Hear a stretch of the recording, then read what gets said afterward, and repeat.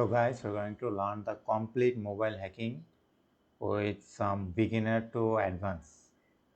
So in this mobile hacking part, firstly, we'll try to hack our Android device, and this will be a long session. And you can have fully completed of hacking Android device part in here. So first, into this hacking Android device part, we're going to learn and exploit the Android devices.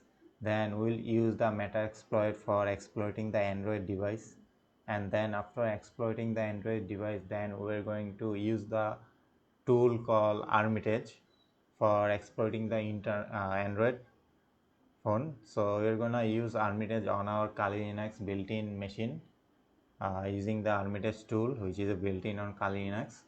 Then into this using this Armitage tool, we're gonna go and learn even more the uses of Armitage for exploiting the Android. Then we're going to learn the creating and adding malicious Android app, and then we're going to give this app and how we can give this app to the victim for the attack. We're going to also learn about that. Then we're going to get to know about the metapredator session for controlling the Android mobile, and after that we're going to learn the stage fright attack and using social engineering toolkit for hacking Android. So we're going to also learn about this set toolkit for hacking the Android. So this will be the two part. So for part one will be beginning of how we can just set up for the set toolkit, then get to know about this toolkit. Then at the part 2 we're going to learn and how to hack using this set toolkit on Kali Linux machine. We're going to learn about that on part 2. Then we're going to learn the generate fake emails for hacking the Android device, how we can generate those fake emails using websites. Those are already available. Then we're going to learn and generate the spoof mobile number for hacking the Android device. Next, generate the spoof SMS, how we can spoof SMS using Kali Linux machine and using some tools. And then we're going to end at this hacking Android device part, learn the remote attack on Android device.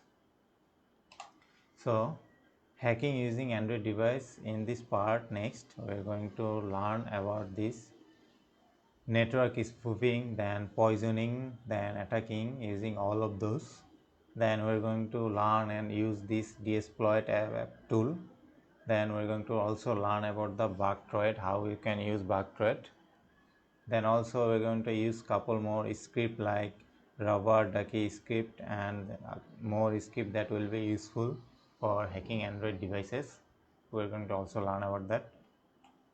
And then after completing the hacking Android part, we're going to move into the iOS device part.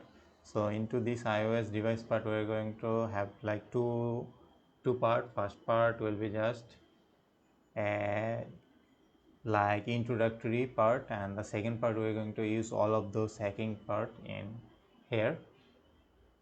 So hacking iOS device will be also covered in this full beginner to advanced mobile hacking device. Then we're going to also learn hacking mobile device using malware, how you can use malware, and then hack the mobile device both on iOS and also Android.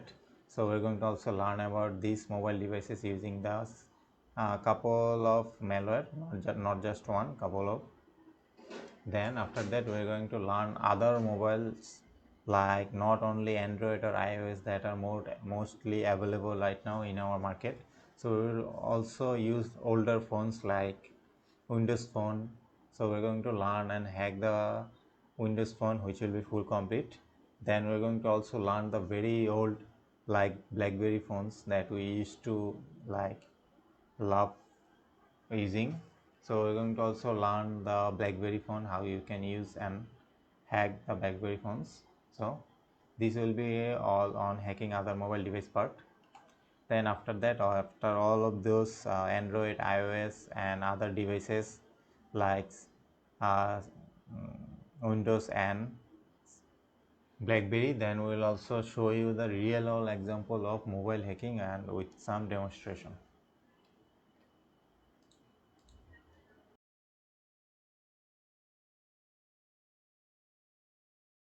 Hello everyone. So in this lecture I will be talking about how you can exploit Android devices.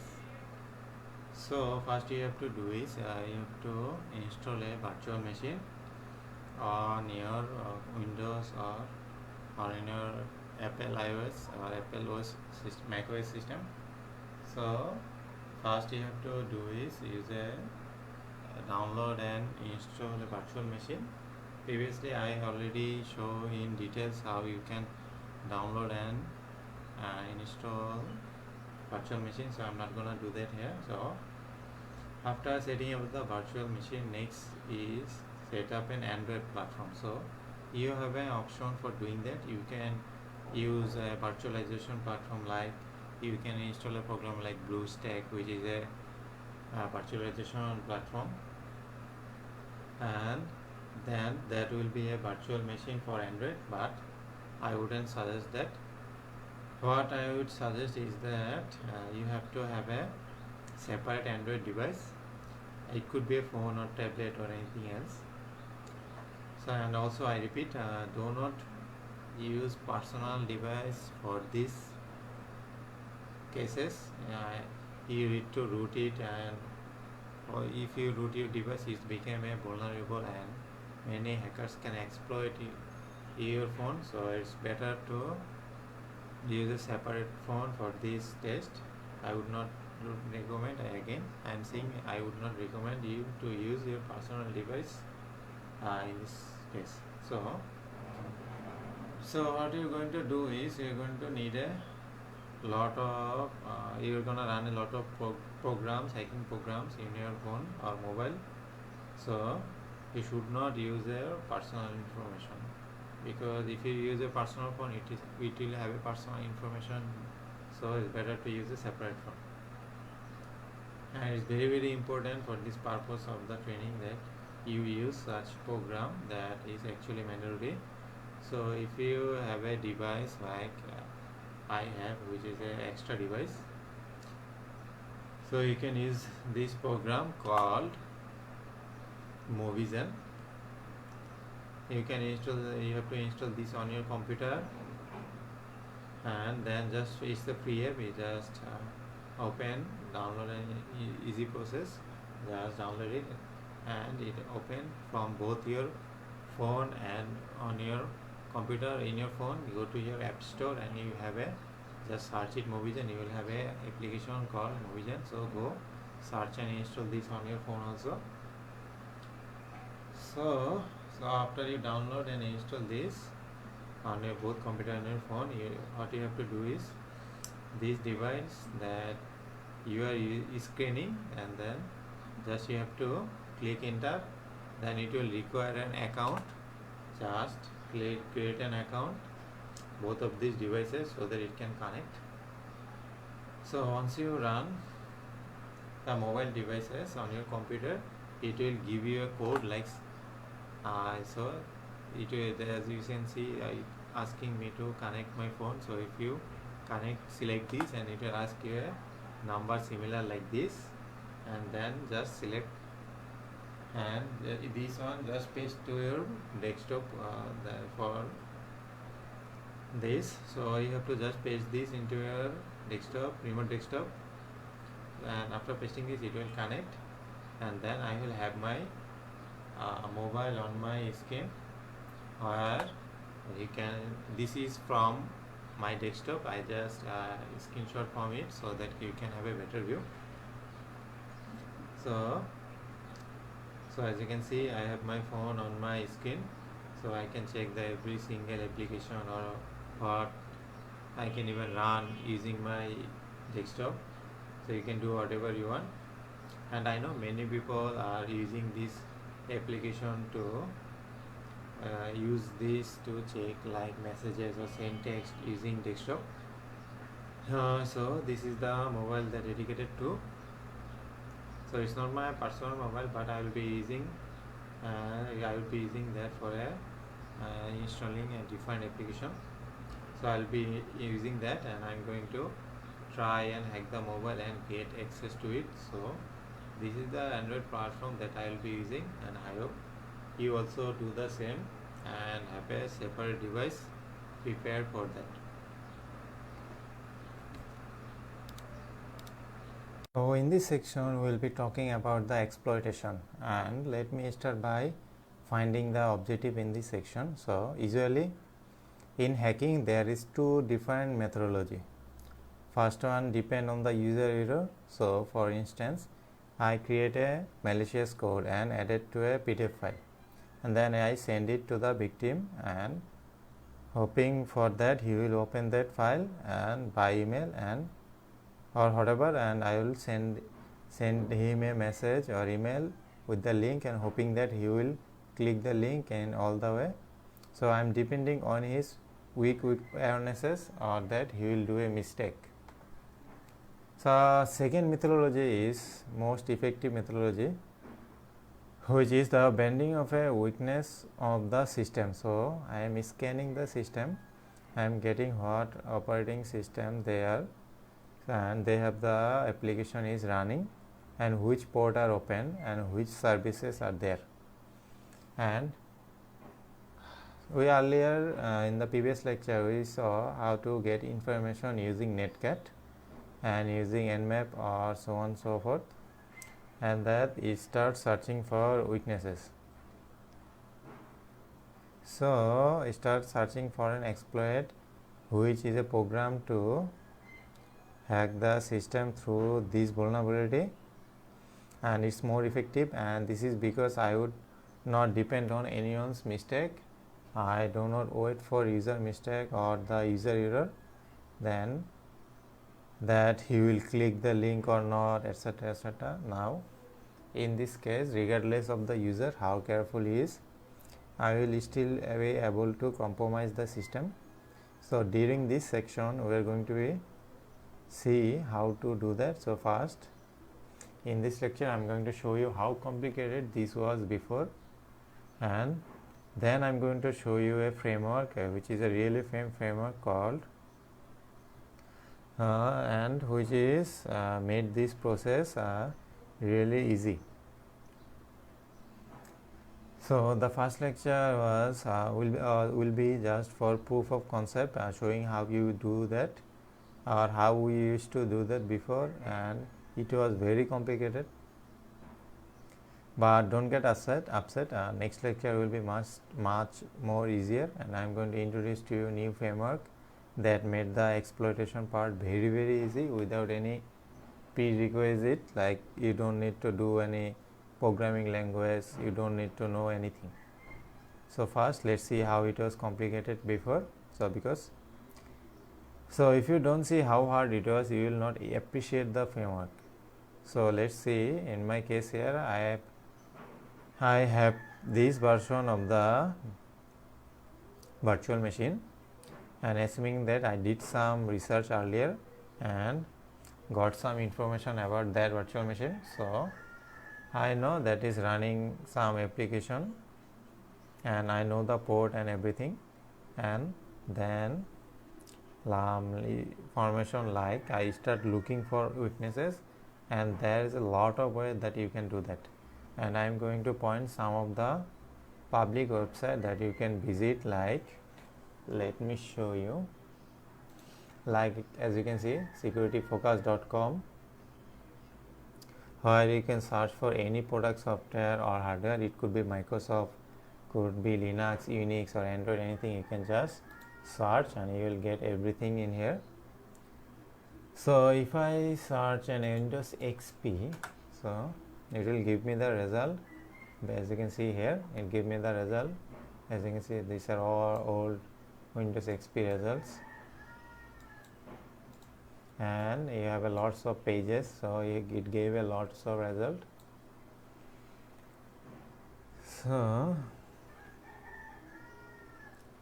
So using this public site, and there is another public site that is, for instance, this exploit database, and you can visit this by exploit-db.com, and this is also same, but this is pretty much the updated one.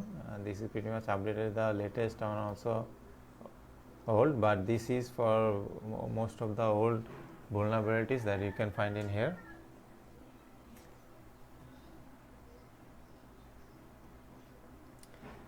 So if you check it, and in the system there are also operating system affected with such vulnerability.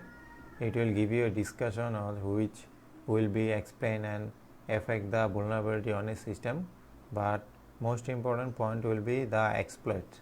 So it will give you a program that you can use to compromise the system that chooses the vulnerability, but the problem was that most of the time those for negative written are different languages, so it could be seen as positive. So in our cases I will take one, and you will go and to visit any of these vulnerabilities that you want, but I already saved one, and you don't need to modify anything, but sometimes you do need to modify the code for changing the IP of the victim or changing some information. So let me show you how we use to utilize this or some of the vulnerabilities. So in my case I already downloaded one vulnerability in my hacker machine. So getting back here,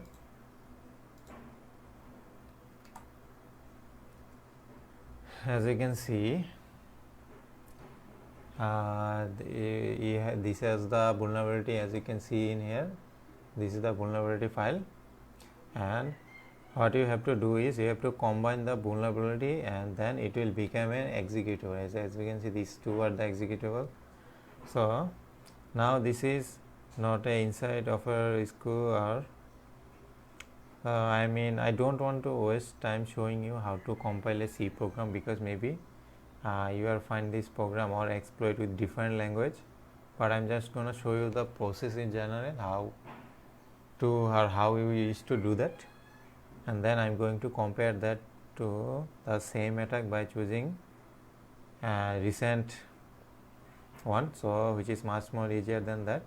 So once I receive then I combine then file to be an exploit, then I can launch it. So let's go to this exploit db.exe. as you can see, there is a executable file.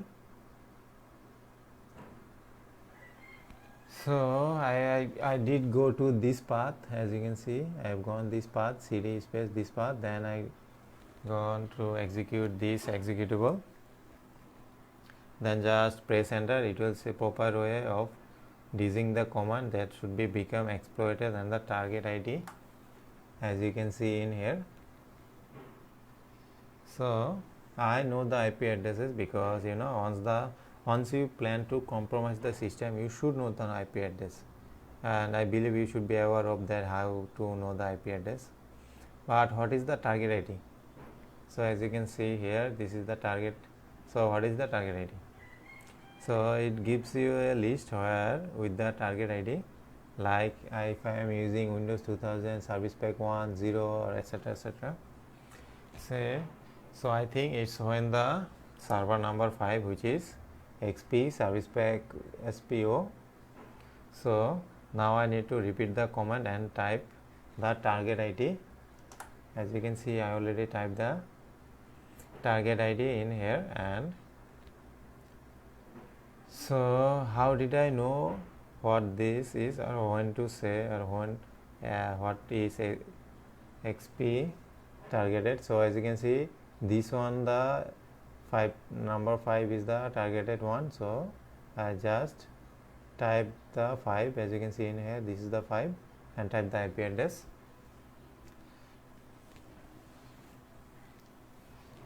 So if you get back to the Nmap lecture, where I explain how to scan a system and know what operating system on support operating system or services, and what apply, how we can do that, I already explained in this Nmap lecture. So this is a proof of concept on Windows, but what you are trying to say is you can search for vulnerability on Android or follow these steps. But anyway, so around this exploit, the exploit was successful. So if I open a port in this machine, as you can see here, it will say that it uses the remote DC decom, and then how I just need to connect this 4444. So how to connect a port? So remotely we explained that you have a very useful tool called netcat. So you just type netcat, as you can see here, just type netcat and give you the IP address, and then give some space and use the port number like 4444. Then we have like this virtual machine, and you need to check the type. So just type the IP configuration and see that there is a shell of a victim machine,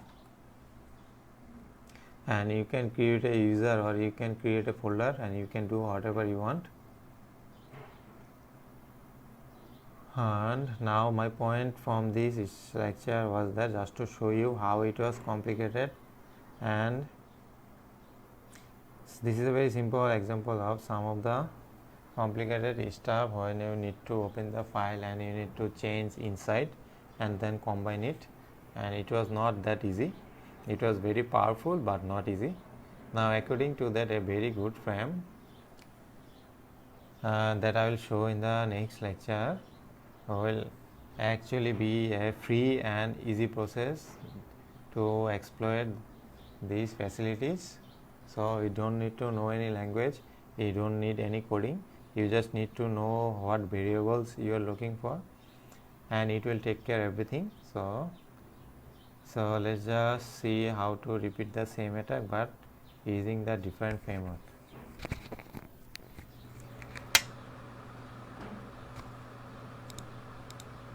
So in the previous video we showed how to use a public exploit to gain access to the system, and as a proof of concept, now we can do the same for any platform like Android, which is the main scope for us.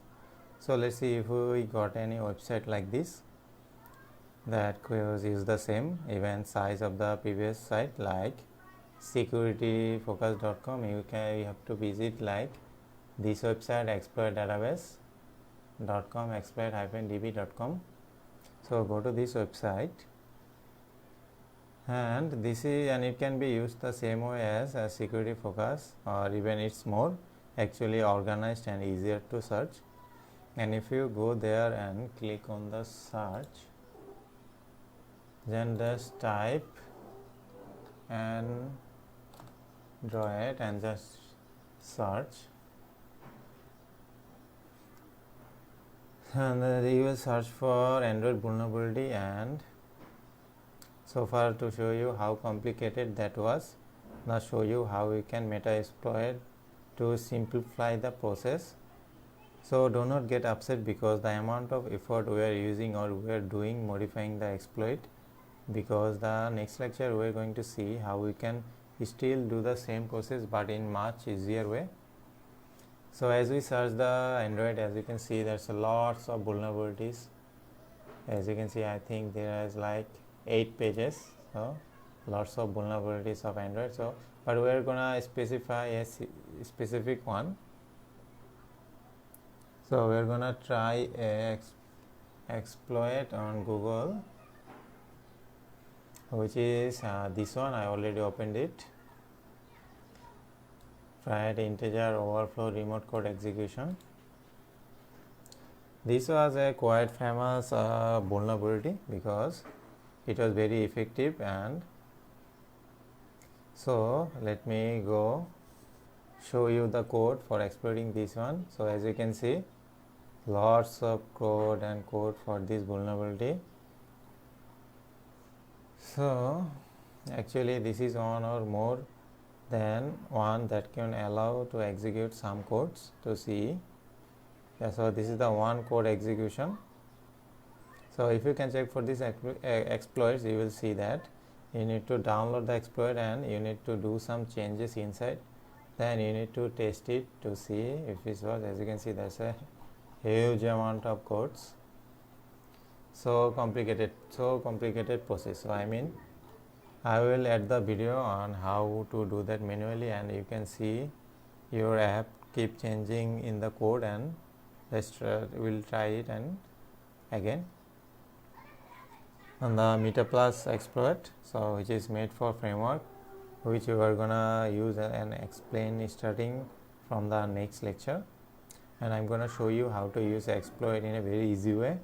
You just need to type the name of an exploit, put some input IPs of the victim that support, and then that's it, it's done.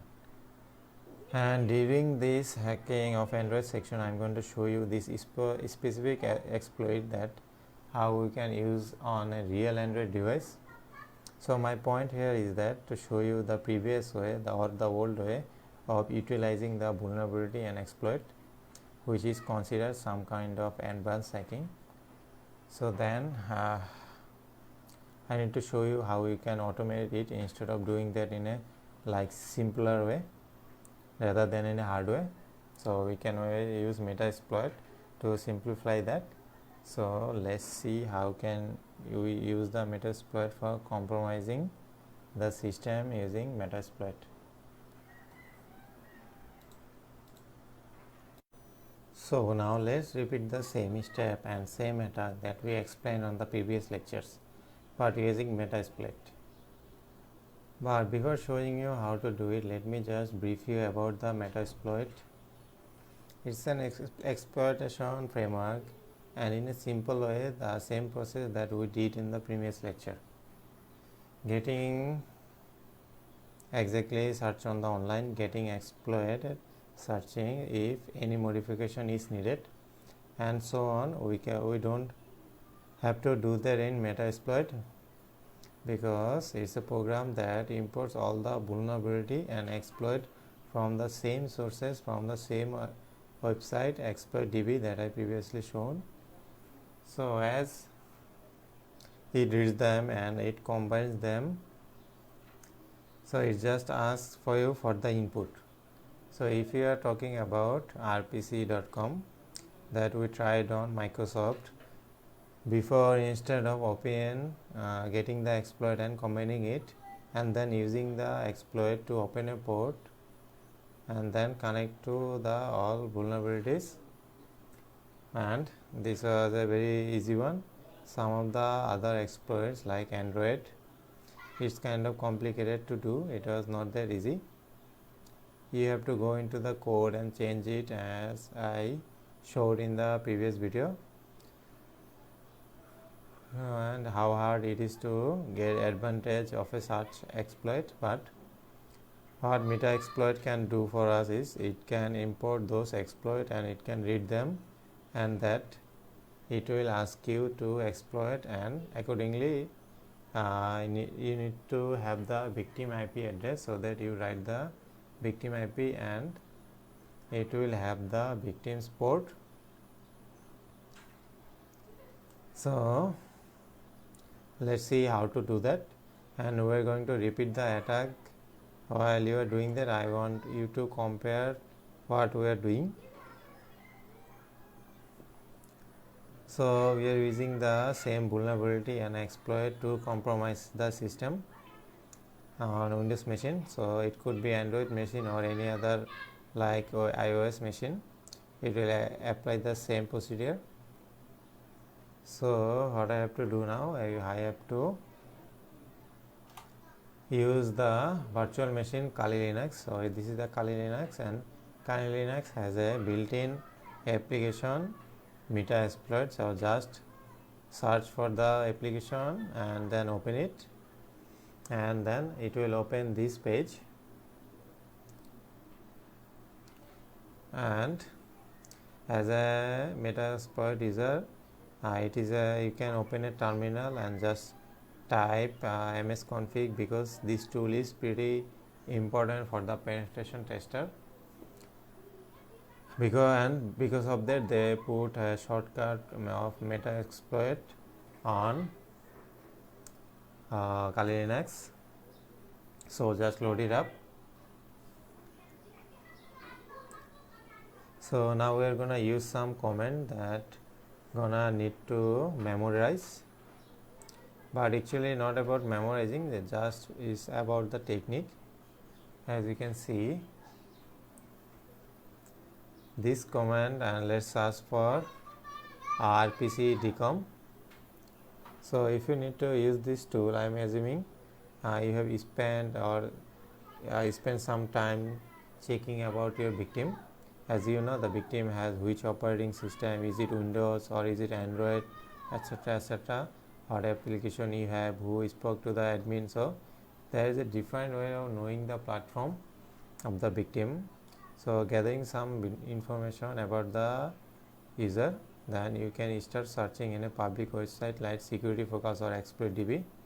But my point is, before using this tool you should have a information about your victim IP and what you will be searching for. So in my case I already know the victim, so I'm gonna just start the and type the search rpc decom. So after that I will have this piece of information, so to work with the public vulnerability and writing code and so on. So this is the case when it will give you all the vulnerability related to that. It will start the service. So you are now gonna search for the specific vulnerability that you want. So you are gonna need exploit any of this. As you can see in here, exploit/Windows, these are all of the exploit vulnerabilities. So just pick one that you want to exploit and then just type this exploit. As you can see, I already typed this in here, exploit/Windows DC rpc msr. So I already will use this vulnerability.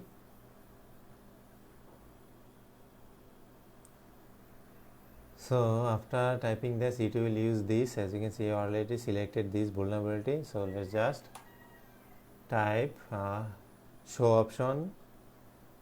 So after typing show option, it will showing you the option which will show you the all inputs, and you need to able to use this. So it's pretty easy. So as you can see, after typing show option, it will give you the all name, current setting, record and description of this, like the targeted R host is the targeted address and R port is the targeted port. So these two informations are mandatory. So these are the host and the port, both of them has to be added. So both of our port already has a value, so you may need to change it, like this one is empty, so we need to add this. So I will suggest to keep all the following while our port is empty and it's required. Now what is our port in this targeted address? So the targeted IP address I need to put here is a target. So let me type this. As you can see, I will set this R host and this IP address in here, so that I can target the address. So how can I verify that after typing this command? So it has assigned, just type show option. As you can see, after typing show option, it added this as my target address and it has my targeted port also in here.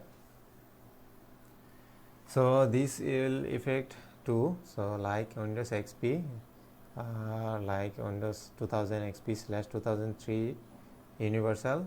So how can I launch it? I mean, yeah, it's fine now, it's ready to launch an attack. You just need to type this. As you can see, exploit. Simply type exploit and it will start to exploit this machine and it will launch the attack. And So here we go. We have got some session and meta exploit session. So I have hacked the system, as you can see in here. Now the system machine, I have a full session and full position of this system or machine. So once you get this meta exploit vulnerabilities, you are ready to connect to the machine. So how can I use it? How can I use it? How can I use the command to get certain action in this machine? So just type help. After typing help, it will give you the command. As you can see, get system to elevate the local system has dump to dump the content on this database and timestamp manipulate. So just type help and it will give you lots of command to get you into this. So and you can just type in like shutdown. It will shut down the victim machine computer instantly. You don't need to do anything, you just need to type here shutdown and it will shut down. So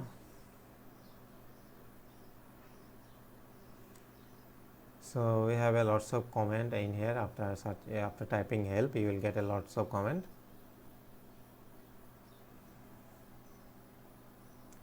So that's it. You don't need to change any code. As you can see, it's pretty easy. You don't need to memorize also, and it don't need to memorize anything. So this is actually one of the best meta exploit framework. Now let's regarding to the second lecture of this section. What are we going to talk about is, if my victim machine was Android device, do I need to go through the same steps? Okay, do I need to get to the exploitation file and start doing changes the same way we did on previous lecture? Actually it's not the same concept. You click on the search Android in here at the very first, just search Android in here and it will give you all the exploit on vulnerabilities on Android here.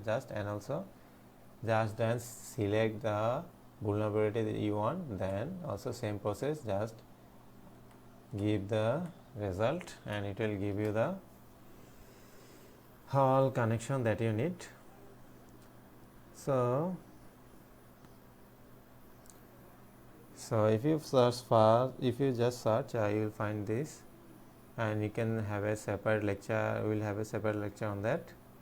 So that how can you capture different way for using like iOS. So I believe you will find some vulnerability related to iOS. So you can also select any of those, and finally you can start testing them if you know how it works. So it's not about just memorizing the command, is about knowing the technique, and that's very easy to do using meta exploit vulnerabilities. And that's for all. So if you are not very good in writing syntax or writing command and memorizing, then or you are like me, just test it for purpose, except then you would rather use meta exploit in a graphical way. So meta exploit has a UI interface called Hermitage. So during this lecture I am going to show you how to use the meta exploit in a graphical user interface. To be able to do that, first we have the same scenario in this here also. So we will have to have a virtual machine, and we will have a victim machine that could be a Windows machine and could be Android machine, could be iOS, whatever. It will have to have a victim machine and an attacker machine. So the victim machine is here. So this is in the virtual machine on Kali Linux. So Kali Linux has a built-in application called Hermitage. Just search for the application and just open it. So opening up the Hermitage, so you will find the icon and just open up the Hermitage and search. This is the default page. So search in here rpm.decom. So just search it here. It will give a vulnerability in here, as you can see. So just open this. So it's a very handy tool and a very advanced in that way. So it opened a graphical user interface, and I know I'm looking for an exploit called and RPC decom. So as you can see, this is the exploit right now. Now this is the vulnerability that I know that my victim has this vulnerability and can be exploited. So after double clicking the file, this file, this will open,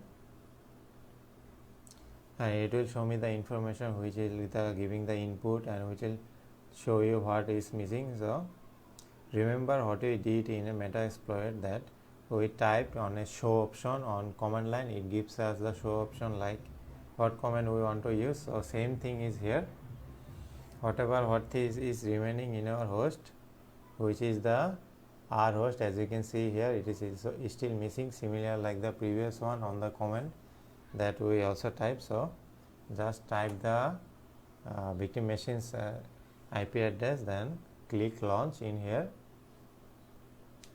then it will give me, it will take a couple of seconds and it will then try to exploit it.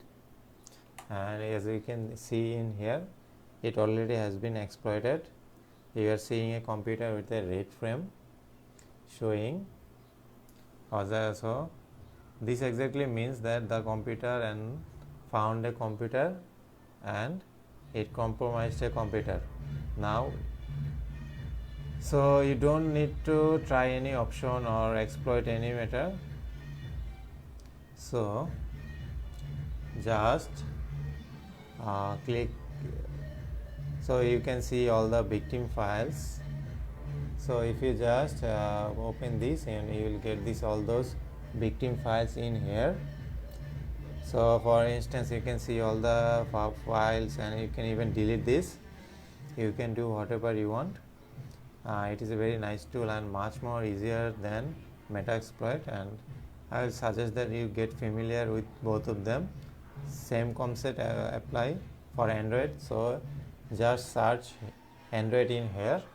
As you can see, it will give you the exploit on Android. So click any Android vulnerabilities that you want, but be aware that some of the exploit can be launched remotely, and some of the exploit you have to send to the victim, something that the victim have to click and access on a link or something.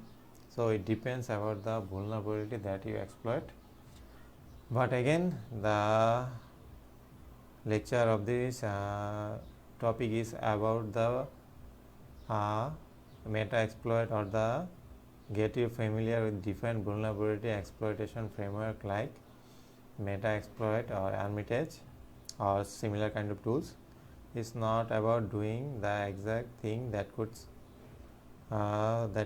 how you can exploit this. It was about how to familiarize with these tools.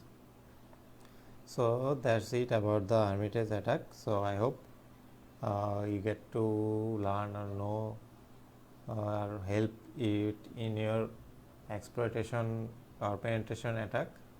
So that's it for this video. So now we are gonna talk about, and we are gonna go through this one and take a look about different ways that we can act on an Android platform. So we will first start off and make sure that you understand the architecture of the internet. Well, then make sure you understand how the device is actually working and the operating based of that architecture, and then we will take you deep down of the dark hole of routing. And we are not gonna put out our and pick phone or start to go out and routing.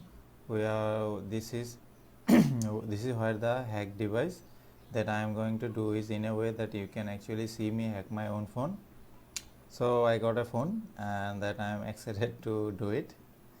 Then I will go through and take a look at the different attacks that can be placed on a mobile devices or Android devices, as well as we will go through and take a look at the malware. I know I have already heard a lot about malware. So it's extremely prevalent within the Android world, and of course we'll look into the countermeasures for that, and we'll take a look at what we need to do to lock it down so that our users don't create any issues for us.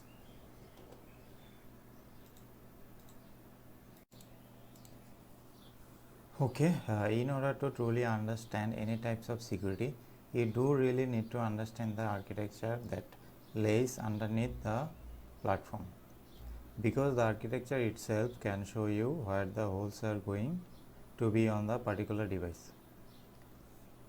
Now, when it comes to the Android, it is like an onion. So, the first layer that we have when it comes to Android is what they are referring is just the Linux kernel. So, Linux kernel was used by Android because it's very stable in the aspect of there is a proven driver set, and that's what the Linux kernel does for.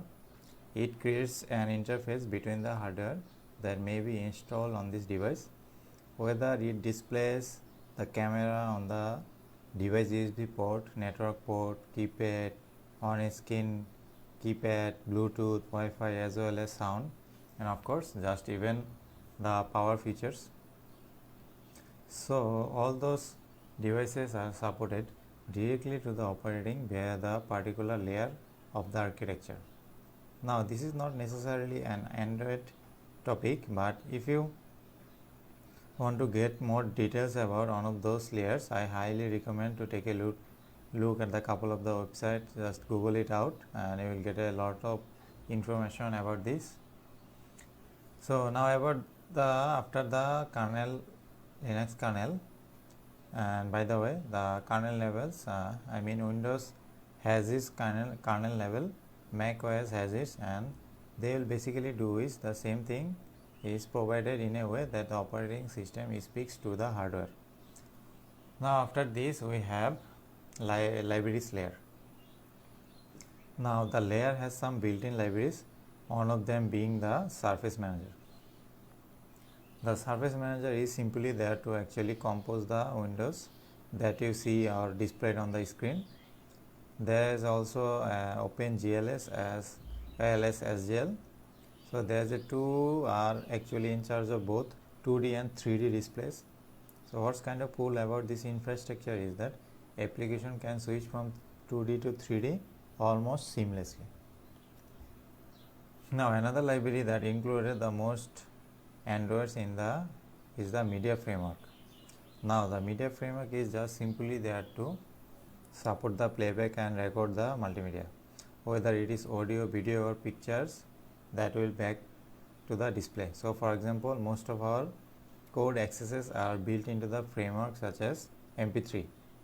So this is why when you start up a brand new phone, you can just take a picture or take picture and look at the picture immediately, and because sending a JPG format, you can download an MP3 file and that can be immediately, or you can just listen to it immediately. You don't need to download and install any of the other codecs. It's the rights that the codec itself is on the platform. So they are like we have a saying card, so we have a free type here. This healer component is there to render our fonts. So some of you guys already have Android devices, and I am assuming that Apple's also got up. So how I did to slam their fonts and display it being throughout the system, maybe its size or its type, or there's some application that will also pull on this free type, so you can change the font within the application itself to open a SSL, which is also implemented, giving us security and what we are communicating with other devices, as well as SQLite. So when you see SQL, you have vulnerabilities are checking, so that's not right. Then SQL injection, there are some vulnerabilities that SQLite can actually create on Android devices. The same type of vulnerabilities that we see on a standard SQL database server that can be implemented in some cases against those mobile devices. And we can also get a WebKit. Now the WebKit is simply an open browser. It is the same engine that Apple use on Safari, and what Apple and Android is a crazy mixed up world. So we also have the runtime layer. So now on the runtime layer we have both on the core libraries as well as Dalvik VMS or virtual machines. Now as far as the core libraries that are concerned, that is your runtime layer, and that includes a set of core job as a library, and that allow application or programmers to build their apps just using a standard Java programming language. So there is also the thing that I mentioned before as Dalvik VM. So this is an open source software, by the way. It gets its name from the village of Ireland that the creators and ancestor who originally lived there. So it basically is a virtual machine, and it's been streamlined for mobile devices that there can be actually multiple virtual machines running to support multiple apps in the Android world. So we basically sandbox each of our apps. It has a low memory requirement, and it does rely on a underlying OS for process isolation as well as memory management and thread support. Now the layer above this is the framework layer. Now the framework layer is where we see a lot of our application or the core application that comes within our devices. For example, T-Mobile may load default applications that are proprietary to their environment. For example, like their little interface that load up lots of Android, and there are other types of applications such as Activity Manager. Now this is just simply to manage the life cycle of an application, which typically when it comes to the application, the life cycle includes the starting of an application, then the running of the application. If the application is paused because maybe we switched out to a different app, a stop state because maybe the application hasn't been used for a while and it destroyed the state. So don't worry, it's not as bad as it sounds. This goes through and it can be removed throughout the resources. So when the activity manager decides that there is no more use for that activity, then we have the window manager which helps to manage the Microsoft platform, NASA and Microsoft platform. So now as we see Windows, we have this 10-seater thinking, and Microsoft, which are talking about here simply that we can see on the screen itself. So there is a component that managing for both of us. We also have this package manager. Now the package manager is in the charge of keeping track of the which application that we have installed. So when it comes to update or how to install a particular application, we also have the telephony. So you know the telephony manager does exactly what we think a telephony does on a mobile device. It's in a charge of managing your phone calls. Let's say you built an application that when you click on a contract, you see their phone number and you click on the phone number. So you need to fire off and have it actually dial that phone number. Well, that application actually calling on the telephony manager. So we have also the resource manager, which manages obviously the resources of your application that may use. There is also the content provider, which is the data shared between the applications. So we get that seamless field of the environment itself. As an example, couple of our default content providers, including the call log, which provided our missed call and etc. that we might actually see in that information. So when we look at the contract, we see all of those last phone calls that I called or someone called I didn't receive and etc. So another content provider would be the address book or the user dictionary.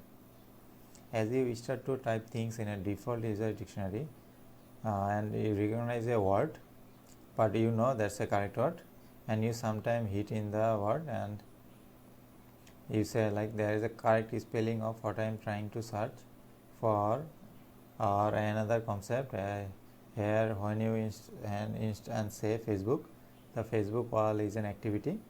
When you click on the photo button, you see actually pull up the content provider into the Photoshop gallery. So you are being able to share photo via the Facebook application. Another framework is the location manager. So this is what the NSA uses in their framework, that used by your GPS as well as possible phone towers, that we can determine whether you located. So we can determine, but also nobody can determine. A great example is like your kids unable to pull up an application and to see where your kids are located, and you don't have a GPS on it. So just a triangulation through the cell towers. The view system is simply what it sounds like.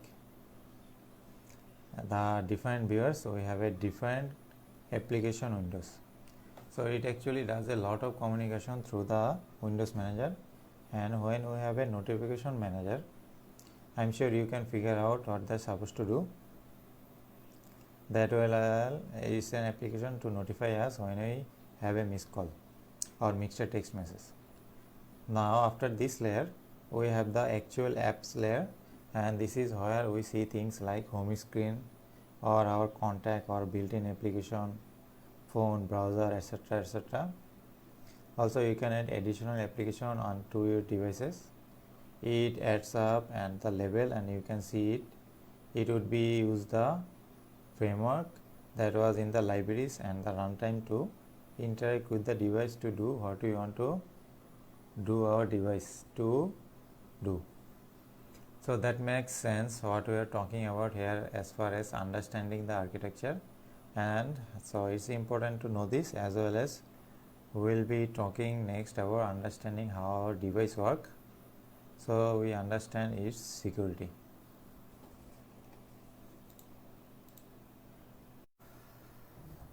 So, okay, like any security professionals, you need to actually understand how the device is working, or at least the security side of the device. So we are going to look at the first security model of Android now. It is a permission based. How normally these permissions are implemented at two places in the Android architecture, both at the kernel level. So remember that level that we previously talked, and also the application framework level. Now as far as the number of permissions that are out there, last I checked, it was over 100. So these permissions are defined, or that can be defined, but here is the real kickers, that the application can actually define their own permission, which means that realistically the number of processes available can be hundreds, but we normally break them down into the 4 different categories. Now the first one is referred to as normal, which is like a row risk permission that gives us access to non-sensitive data or possibly even features. Now normal permission don't really require explicit approval from the user at the installation time. An example of this would be in a contract to have access or permission to the phone application. Now this also could be dangerous. Now this permission grant access to data and features that may be classified as sensitive, which does not require explicit approval. So when do an installation, and you see as we go through in the demo, and I install an application, and I am going to get flagged for some permission that are required by the application. Some of them are legit, some of them are not, but then we have what we refer is as a signature. Now signature is a kind of a interesting permission, because it actually defines the application in what we refer it as a manifest file. But with the signature permission of the application that requires the permission can be accessed by other application that were signed by the same certificate. And then we have another one that we call signature or system. That actually what we look at it, so I didn't do any typo in here, is the same thing as signature permission, but the application installs inside the system partition, which does have a elevated privileges. So in that cases, the application can either run as a signature based or at a system level. Now, typically when it comes to the application on the Android platform, those applications must be signed on the or to be installed or connect this via the App Store. That helps us to protect us a bit. But by default, Android allow us what they refer to as a self-signed certificate, so that a developer can generate their own certificate to sign their application. Now, beside the application level security, that start with a Android. And so let's start getting that what they refer to it as a ASLR, which is address space layout randomization, which basically makes it more difficulty, or as I should say, it's a technology. It makes it more difficult for attackers to exploit any of this memory corruption issue. But I will say for it another rainy day. So let's talk about application module. So in application, Android application, it is actually composed of about 4 different types of component, which I will tell you. But basically each one of those component in the application represent a different entry point of the application. So the first one is, as we refer as activity, is an single scan of the interface, that because the way the Android is created, it actually proactivities. So for example, if I had a contact application and I wanted to pull like phone number and link it to a phone app, so who's gonna refuse those activities? Now that's really cool, but on the other hand, this behavior actually increases the application that you are installing, because we are just sharing the information between application.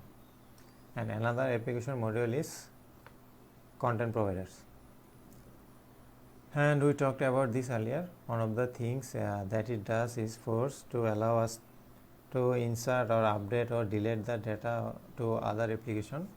And so for example, if I am inside of my brand new application for contact, if I deleted a contact and if it's gonna delete it, the actual framework of the contract that can native with the phone, now the application might also store the data in the SQLite. So SQLite database is kind of a poorly written, because that could open up vulnerabilities to an SQL injection or any types of injection attack. So we also have services, and I'm sure that you are familiar with computers at all. So what services are there? So these services run in the background. They do crazy thing for us. While we are operating front end, we never actually see the interaction until them actually fails to do so. But services, just like other components, which if you think about that one, that put on the hat and think like attacker, what does that tell you? Yeah, if your application wants access to a server or implement of this vulnerability, then finally we have a broadcast receivers. Simply in the word receivers, from what we refer to as broadcast intents. Now intents are just simply a synchronization message that are used to perform enterprises as well as inner component communication. So we got to be careful about those applications, making sure that they don't just accept data from broadcast, and because of this hostile application that may be trying to inject or send the data that originating from a remote system, and which could be again lead to some issues for us.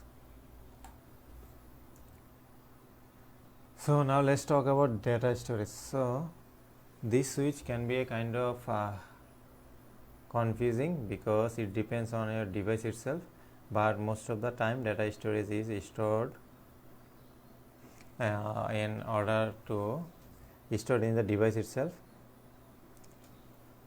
Now there is a standard micro SD card. Samsung released a bunch of phones that built in a standard SD cards.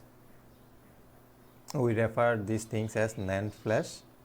which is a non-volatile storage mechanism, which doesn't need power to retain the information, or as I mentioned before, we can use SD card, and again those can be either internal or external.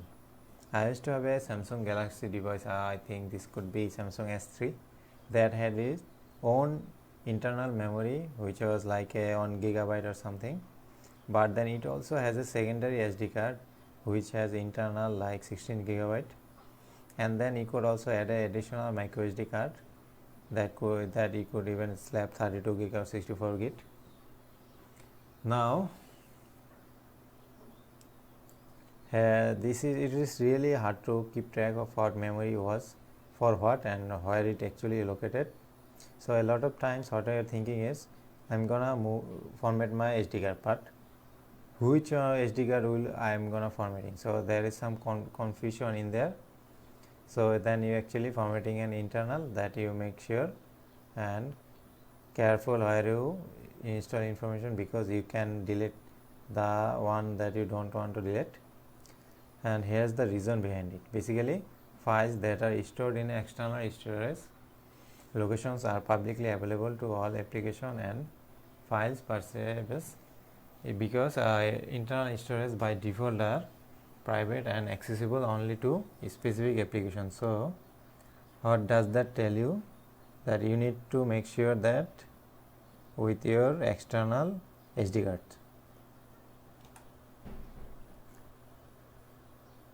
So I already showed you the NFC tag earlier, but then again these are just really cool and the aspect that the first of all came, but there are the contact links, which means that you don't actually have to have a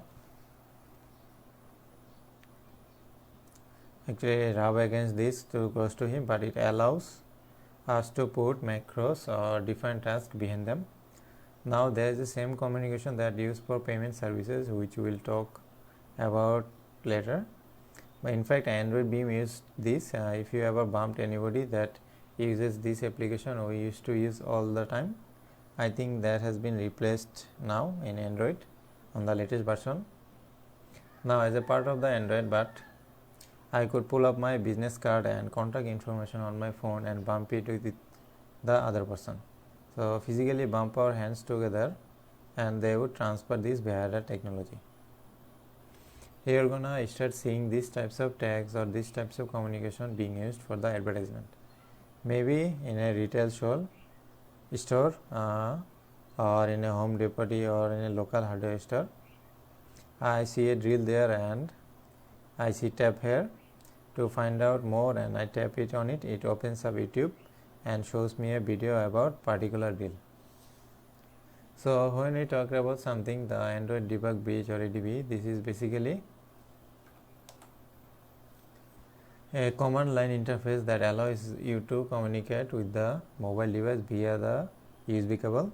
So basically it's like a remote shell, and because of that there are several different commands that we can implement remotely to affect the devices, which is like push and pull, and obviously push copy a file to your system, and pull will copy a file away from your system to remote location.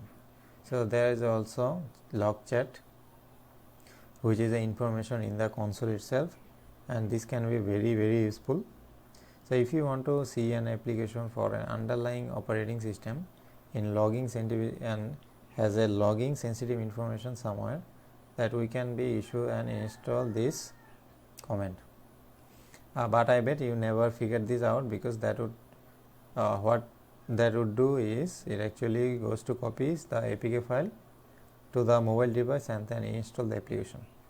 And when you think about it, and when you are installing stuff from the App Store, that's your doing.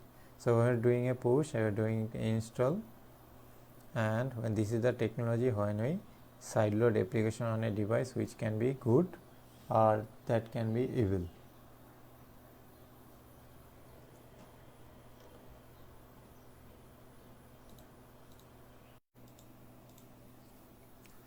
So well, before we start routing device, we actually need to go through and see what actually happening here. So what we are doing here when it comes to routing is that we are going to escalate our privileges so that we have root access to the devices. Now let's review for a second when it comes to the application. So typically applications are restricted by the security model, so that an application can only access its own files. So again we talked about the external storage or external SD card. It can access that as well and only has access to resources and features that are requested during the installation time. Now by rooting, where actually allowing themselves or allowing a certain application to run as a root user. So when this happens, the security model kind of broke down, and because of your bypassing the default permission, all the application will just automatically use root level access like Facebook. So Facebook is still going to use these resources and its information that it needs to, but I might go and find another application here that is then when it gets really tricky. I personally is a huge fan of rooting. Every time I get it on an Android device, I immediately root. So it's that I can load some specialized application that allow me to do things like backup my application, my that's application setting and their data, and also I can get application and say backup all my application setting and backup my Wi-Fi setting and account and password details, etc. etc. So you see there could be a little trick. Now I just don't run any application, especially when it says it need root level access. I do my research on the application, and I would say that when it comes to rooting, you have to know what you are doing. In fact, a lot of the warning message you will see on the website that helps you to read your devices will tell you that you are responsible what you are going to do now, including the aspect that you could possibly break your device and it's because of rooting, and that it can also be like overclocking the system. So if I want to do and make it run faster, I can just do the root process and I can overclock my processor. So I can go through and get rid of all the bloatware that came with the devices, and I really don't care about certain application like some random application like NFLM. Probably is not so big fan of a NFL, so that's why I just remove all of this. So you have to be very careful because the application running with the root user level access can directly access the resource and that bypass again the permission checks, and there is the possibility that you are gonna give the application full control over the device and the other application that are installed on it, like your banking application. Again, rooting is not for the weak-hearted folks. I'm gonna tell you about that. The other thing is that I wrote my system for, because I think previously Android or Google took off this little fun program that was called ad blogger, because blocking all those ads and all other program manufacturers got upset, and then just they removed the application because a lot of the application or a lot of the website uses ads to get their money.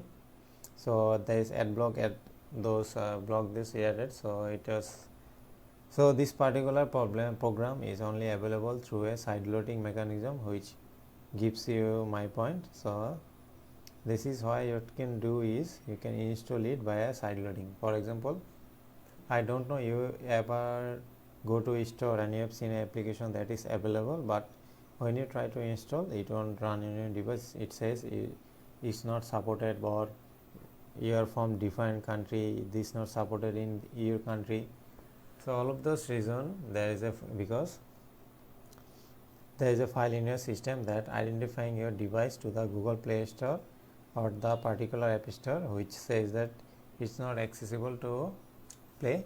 That doesn't mean it won't run. So what I have done in the past, so let me give you an example. I just used to root all my tablets. So I used to run those applications on my tablet that would not work without root.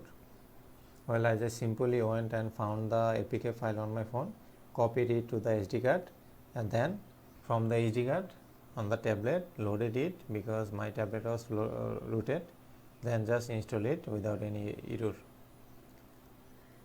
So what kind of interesting thing is that I always root it because this gives you the tech support, or this gives you the many feature that you want to install. You can customize your phone, etc., etc.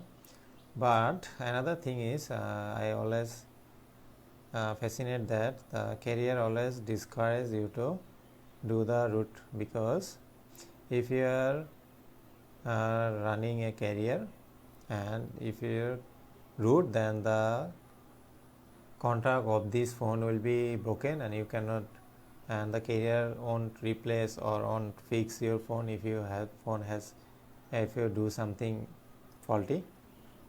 So plus there is also the financial issue as far as carrier getting paid to put certain application preload on your mobile device.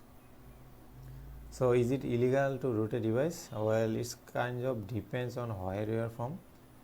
So if there's me and tell you why the US Congress blocked the rooting. So what refers to as DMCA, or the Digital Millennium Copyright Act of 1999.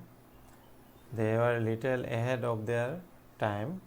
The particular time which is illegal to circumvent digital rights management schemes and the root unlocking a cell phone. So they could be used to other carriers. But there are some carriers that is still now legal. But if you are not any carrier contract, then you can do whatever you want. Nobody gonna say anything. It's now you can do anything in your own you want. Then also, before we get any further, I would probably just put my disclaimer in here that I am not a lawyer and this is not a legal or illegal. I am just a guy who is just trying to make things you understand. And so at that moment it is legal to root your phone. So if you are doing only application that requires rootable access, and it's kind of weird, the law retains, because if you are rooting your phone for any other reason, technically you are breaking the law and you are not as rooting or jailbreaking. Then like as an example, you have got an iPad and you have jailbroken. Now you could be in a violation of that law. Now the provision kind of is weird, where whole law issue is really hard because most lawmakers don't understand how technology is used. So currently the law has an exemption in there for the jailbreaking and rooting tablets.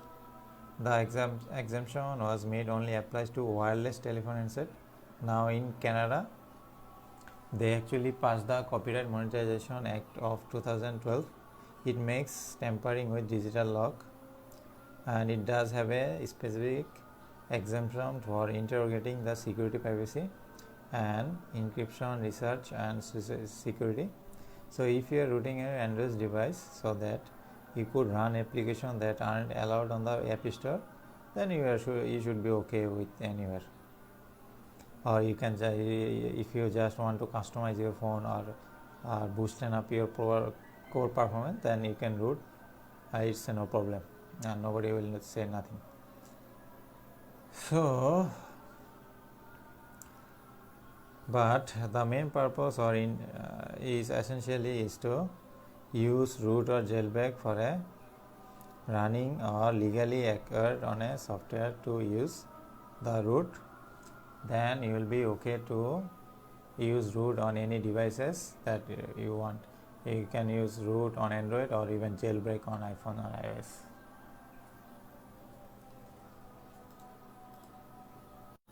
So now let's look at some of the new jargons that would be talking about how we can continue in the rooting process. So first we have what they refer to as bootloader. The bootloader is a very kind of thing that fires off when you turn on your device, and it's kind of like a BIOS on a PC. Now it has a code in it that basically says which operating system in kernel it should be boot off. So basically it goes through and tells which OS of the boot that you are on. So Android device is actually at a multiple partition, and as you know, we could be this on a computer term. So let's say you have a computer and you got multiple hard drives in it. So how does your computer know when the hard drive to or which hard drive to boot on? Well, in the BIOS you go in the boot menu and the selected drive, and typically it looks the first partition that actually made determined by a boot sequence of the operating system. This is the same concept in here. So each device is going to have their own bootloader, and most of them are going to be locked. So some of them are encrypted. So manufacturers usually do this, that they make sure that you stay within their PAR as far as which OS version that designed for this device without unlocking a bootloader. It's almost impossible to flash a custom ROM. So Verizon, like a carrier Verizon, encrypts their bootloader, which is made on for several devices, which is very hard for anybody to take advantage of running a custom ROM. And once I tried, and it was painful. So when you unlock your bootloader, beside the avoiding the warranty, it also typically will wipe the internal memory. So you will lose all the data, all contact messages, and you will start over with a fresh phone. So we talked about the layer earlier. So basically this is the level again where the apps have access to the hardware via the communication channel. Now the kernel themselves are customized by the manufacturer as well, and this is again one of the reason why I have root in my device, because they actually underclock the performance of a CPU and as they advertise. So you get a standby mode, because that are not chewing up any battery like a real kicker. So they would actually get more battery life out of the device if they stop loading up the bloatware to run automatically. People need to make their decision whether or not they want Facebook install or not. Some of us may not even use Facebook, so why should our phone have a Facebook? So it's better to just have an option to uninstall, but some of the carrier gives you pre-install apps that you cannot even uninstall. So in fact, a lot of customers that I run are tweaked in such a way that they are stepped down and there is no malware on them or no bloatware on them that I can actually run on my phone. And you ain't gonna get many or double battery life out of the same system. And another feature the kernel that I hate is that it's another reason why I root my phone is if you turn off the volume and your phone and you get a certain point like you are listening music too loud, you should turn down your volume, etc. So kind of like annoying things that I don't want to see. So another item is baseband. So the baseband is actually a type of software that allows the correct communication with the radio of the operating system. So here's the interesting thing is that a lot of vendors or manufacturers don't update their baseband. So if you find a newer tweak baseband, it can improve again and will have a better battery life and a better call quality. Back in my Samsung Note days, so back in days I found a radio that improved my reception. Now that we have something called recovery, this is actually a mode that we go into to obviously recover or helps us troubleshoot an upgrade environment. So if you have gotten an update from your carrier that says, hey, we are going to upgrade you to, So like I don't know what KitKat when you select, or Android 10, 11 or Android 9, which version do you want. So this is actually going to be in the recovery mode, and this will show as like there is couple of recoveries like stock one. So first one is stock, so which is very plain looking and doesn't have ton of features, and another one is custom recovery, and which has like many features, and you can allow it to do any things that you want, such as complete backup of my system or flash a ROM or go back to the original ROM. So it's really quick and cool. So then we have another thing referred to as Dalvik cache and art, and the reason we talked about the art because I'm a creative person and I need to express myself through the painting. Not actually, it's kind of fun. So art is a new runtime for Android that releases an experiment in other older version of Android and became fully deployed now in recent version of Android. So I'm getting hungry. Okay. So Android apps are deployed. So remember the Dalvik VM or Dalvik virtual machines that will be based off or referred to it as compilation. So what it does is each time the app or the part of the code requires for execution, it is going to be compiled that in a code of a moment that if you continue through the app additional code, then it's going to compile and get a cache up, because the system will compile and or the Dalvik compiles, and only the part of the code it has a smaller memory footprint, and that will use the less space. So however takes up the Dalvik code and compiles, it goes into what referred to as system dependent binary. So the whole code of the app will be pre-compiled during the installation. So one time you will get like cache something and it's going to take up more space. So that's actually will execute faster.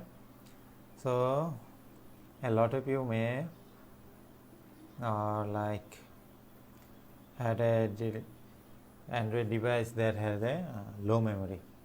I guess many of them had, like even I had at the time, and the lowest CPU capabilities that had hard to run like 3, 4, 5 apps at a time. But nowadays we got a phone like quad cores, 16 or 8 gig of some RAM, terabytes of hard disks, etc. And the application developers will have to make sure that they write for it is not apps are compatible, which means it will run but it just made a little while.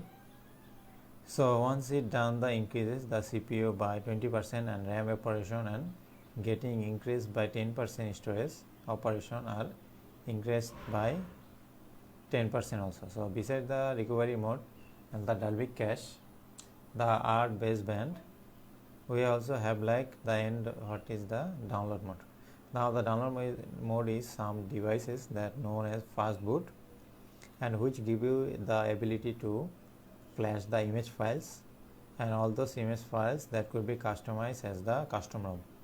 So in fact manufacturers use the download mode to install their ROM on their devices before they put it up in a custom menu, and then you can download this and get your and root it, and after that you can just install this custom ROM.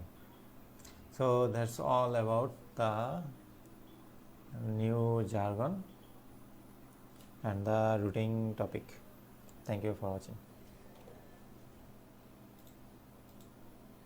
So hello everyone. So today we are going to look at the attack, and the first attack, which is creating a malicious Android app and convince the victim to install it on his Android device. And once he installs the app on his Android device, so you can have a full access of his device. Now that could be done in phases. Like first I'm going to show you how to do that and how can you get the big access of the victim machine, and then you can check the locks, contacts, option, camera, etc. etc. Then I'm going to show you how to tune that so that you can change the icon and it becomes the new app or change the app, so it will be merged with another regular app. And how to convince the victim to easily install this app. So we are gonna do that on faces. Now before we start, I just want to let you know that many people do not consider to install antivirus on their mobile or their tablet.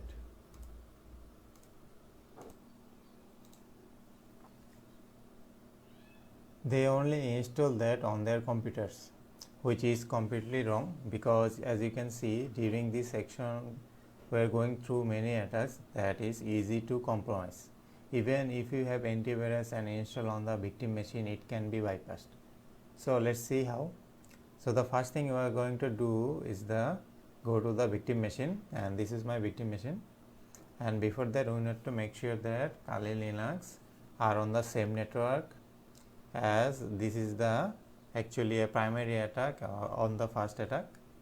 So I am going to show you how to compromise a mobile that is on the same network. Later we are going to see how to compromise a remote mobile. So as I explained, this will be tuned and nothing will be related to. It's all the network settings. So first let's see how to do it in a simple way. Then I'm just going to tune it, and I'm going to make it very realistic. Before starting that, I need to do some of the following. So I need to go to the setting of this victim machine to check my network setting. So as you can see in here, network should be selected to bridge adapter.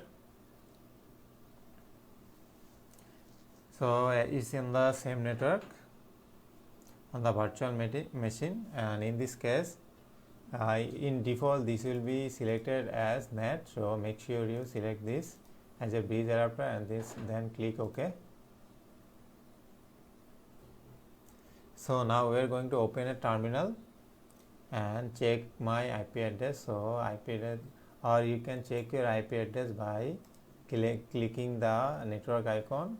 Then it will show your IP address. As you can see, this is my IP address 192.168.1.101. So we are on the same network. So how can you check your IP address on your phone? So go to your phone. So I am using a emulator as my phone, because the emulator works same way as the phone.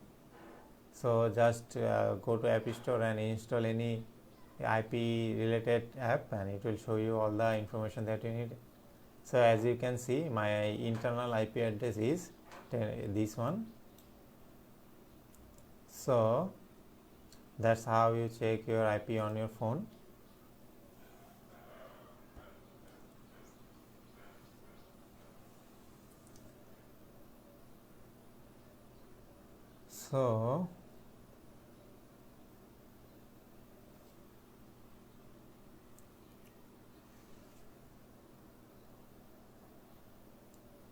So you can install an app, and there is a nice app as I showed is the IP tool on mobile. So let's now writing some comment. So we are going to write the first comment, which is this one, MSF Venom. This is creating a payload, and then -p to create the payload, and then we are going to type the payload for Android to know, and this is the directory. So Android /metapreter /reverse_tcp. So I already explained that this section. So reverse TCP means the victim will be connected to my machine and this will bypass any router firewall and any security setting because the connection will be reversed. While if you are connecting the opposite, which is like bridging connection, most probably it's not very effective and any security will drop the connection. Now reverse underscore TCP is much more effective. It is a very powerful payload that will give you full access to the mobile device. So that's I need to put my payload setting, and I need to write down the spelling that will connect to this machine.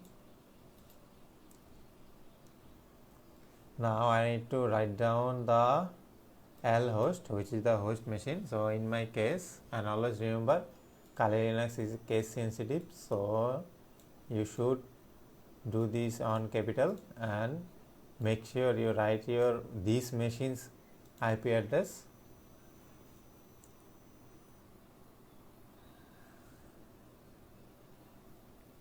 And then write L port, and this machine you can put any port as you want, but it's better to use a port like 444 or 443, just like I am using this one, because if someone is scanning the system and finds the victim is connected through a device, so port 443, he will not suspect that this is not hacked device, or that is device has been hacked, because this is looks like a regular port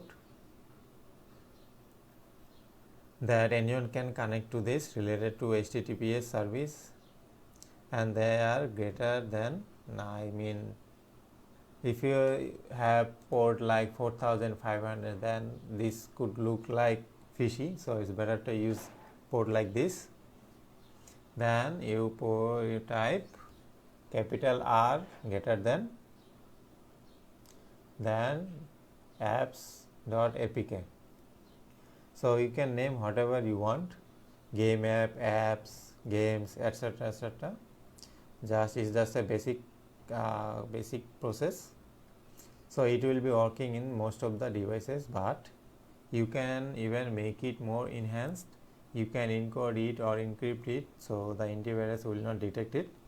So if the victim has an antivirus on his mobile, it can show. So this is a lot of things that can be done to make this application, and this could be an Android.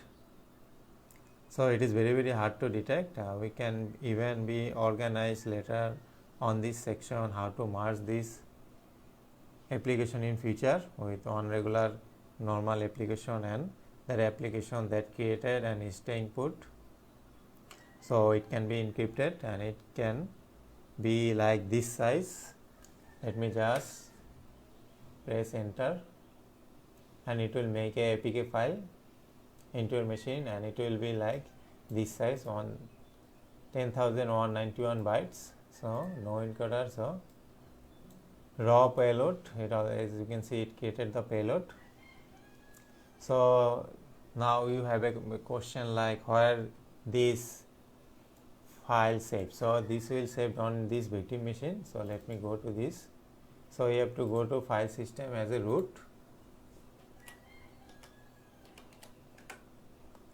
Now go to this root folder. As you can see, this created a APK file in your root folder.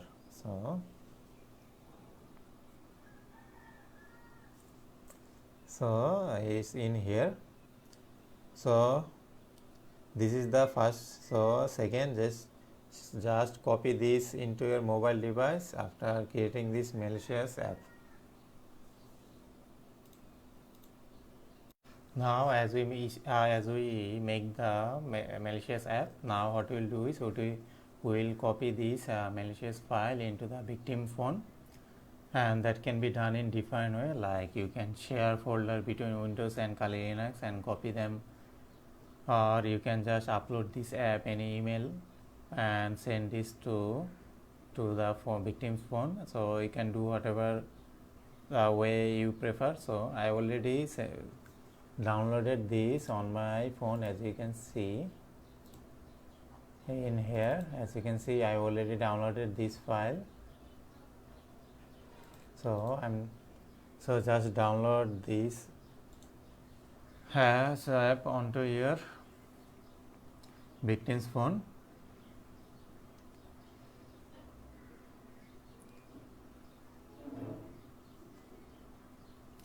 Now I need to do something on Linux machine.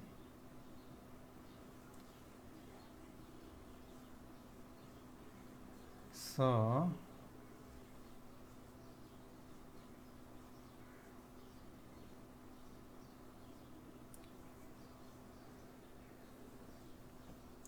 we're gonna run the command line as previously,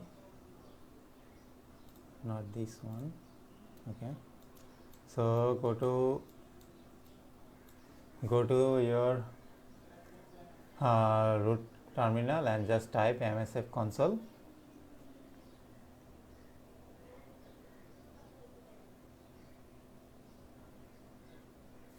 And it will show the Metasploit vulnerability, as you can see in here.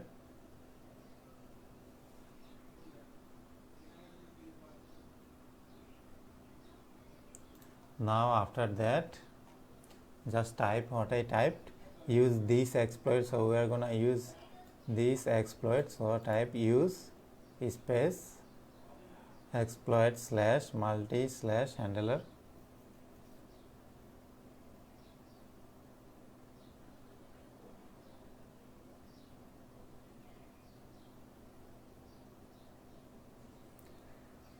So specify this address. Now what we're gonna do is we're gonna set a payload. So how we're gonna set a payload? We're gonna set a payload by typing this set space payload space. This is the common location of these vulnerabilities for Android. So make sure you type this correctly. So type this Android slash metapletter slash reverse TCP. You should use this exact same payload. Just copy this. So just type show option. So this is gonna show all the options that you want to know. So as you can see, my host is now blank. So we are gonna set a host in here. Also we are gonna set our custom port. So how we are gonna set your port? So to set your port, you're gonna type set space l host. So we're gonna set our host in here. As you can see, this is blank. So we're gonna type our victim machine. So we're gonna try our IP from this machine. So as you can see in here, my IP address is same as this one. So type this machine's IP address and type a certain port. So I'm gonna use this port. You can use any port as you want. So, but for this testing purpose, I'm gonna use this port. Now after that, just type exploit and it will gonna start the TCP handler on this device. So now let's go to our Android phone and just install the file that we downloaded. So and as you can see, this is the file that we created from our Kali Linux machine. So just accept all those permissions and type install. As you can see, it's just done. So as you can see, done.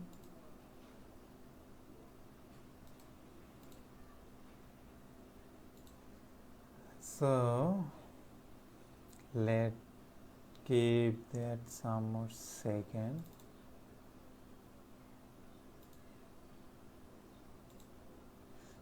Okay, as you can see, this is now run as a, and it detected my IP address. Also it says, as you can see, this started session from this to this. As you can see, this also shows the time. So once I open the application, as you can see, the method predicted the session has already opened between my machine to this victim machine, and here at the session that I have full access on this machine from the mobile device, and you need to know what can be done. So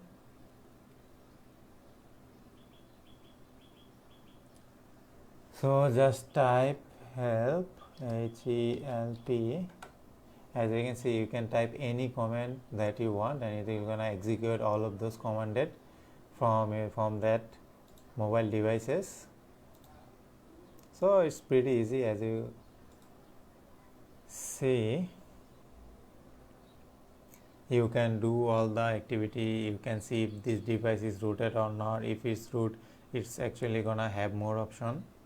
So you can see the call log, you can see contact, you can see SMS, etc., etc. So it's an unbelievable application.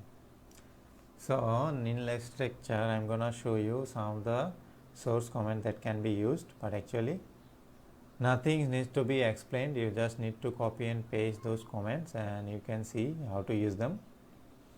As you can see, you can open webcam. Also, you can open microphone. Everything can be done on the devices once the app has been installed.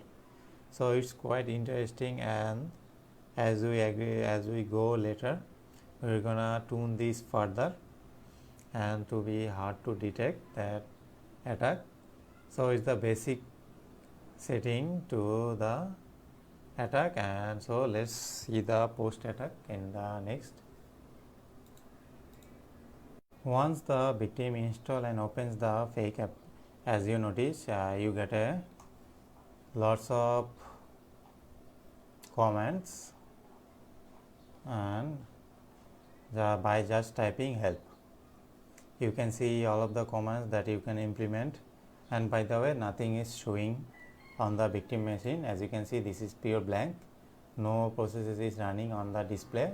So the victim mobile cannot even detect any of this is running or not.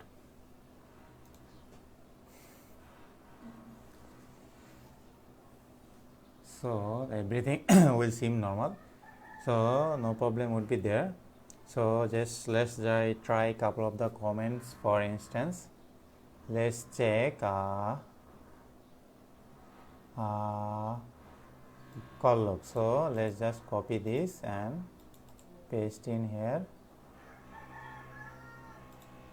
and just press enter. As you can see, this is my virtual emulator, Android emulator. So this doesn't have any of this option, so that's why it's showing none. But if you have a original phone, or you are testing on a original phone, this will save, this will show all of the logs, call logs in details in here, and it will saved in here. So you just go and check that out.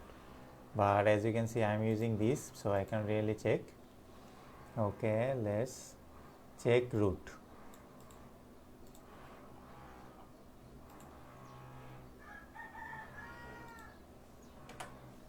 As you can see, this device is rooted cause, let me show you.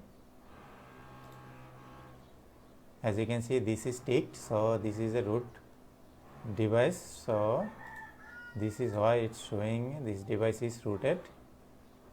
Or you can even see app list. So let's check, copy selection, paste clipboard.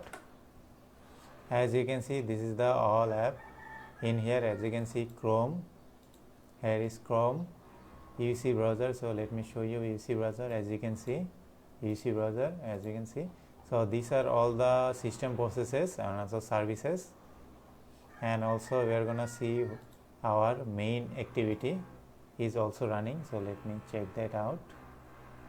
As you can see, our main activity is running as a meta exploit, as you can see in here.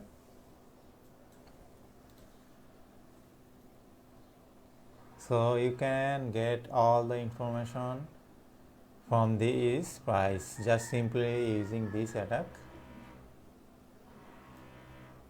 and just typing all of those commands, you can check everything. You can make directory, you can view, modify, you can even exploit some of this his or her personal information, which I don't recommend, but you can do anything you want.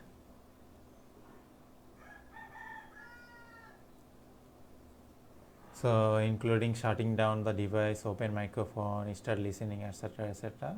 So this is how to create a fake app and how to get access of the mobile device once the fake app is launched.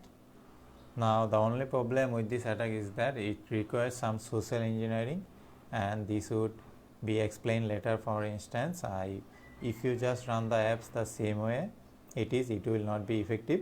I mean, if you use any of the mobile user and install this app, he opens up and nothing happen, it will be suspicious. But if you merge this app with like another known app like GPS or any game app or something like that, this actually be easier to convince the victim to install it and open it. But still you will not be able to put a such app on any Play Store, so you can put them any of the free website. So later on you can see some of the tuning process that you can do to finalize these apps for to work. So after all, the basic attack will still the same.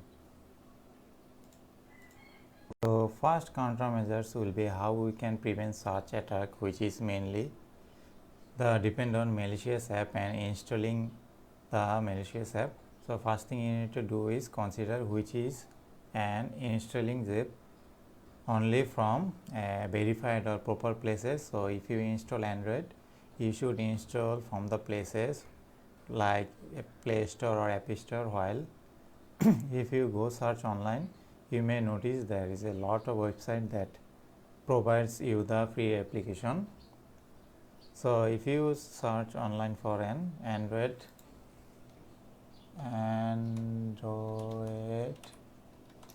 free APK,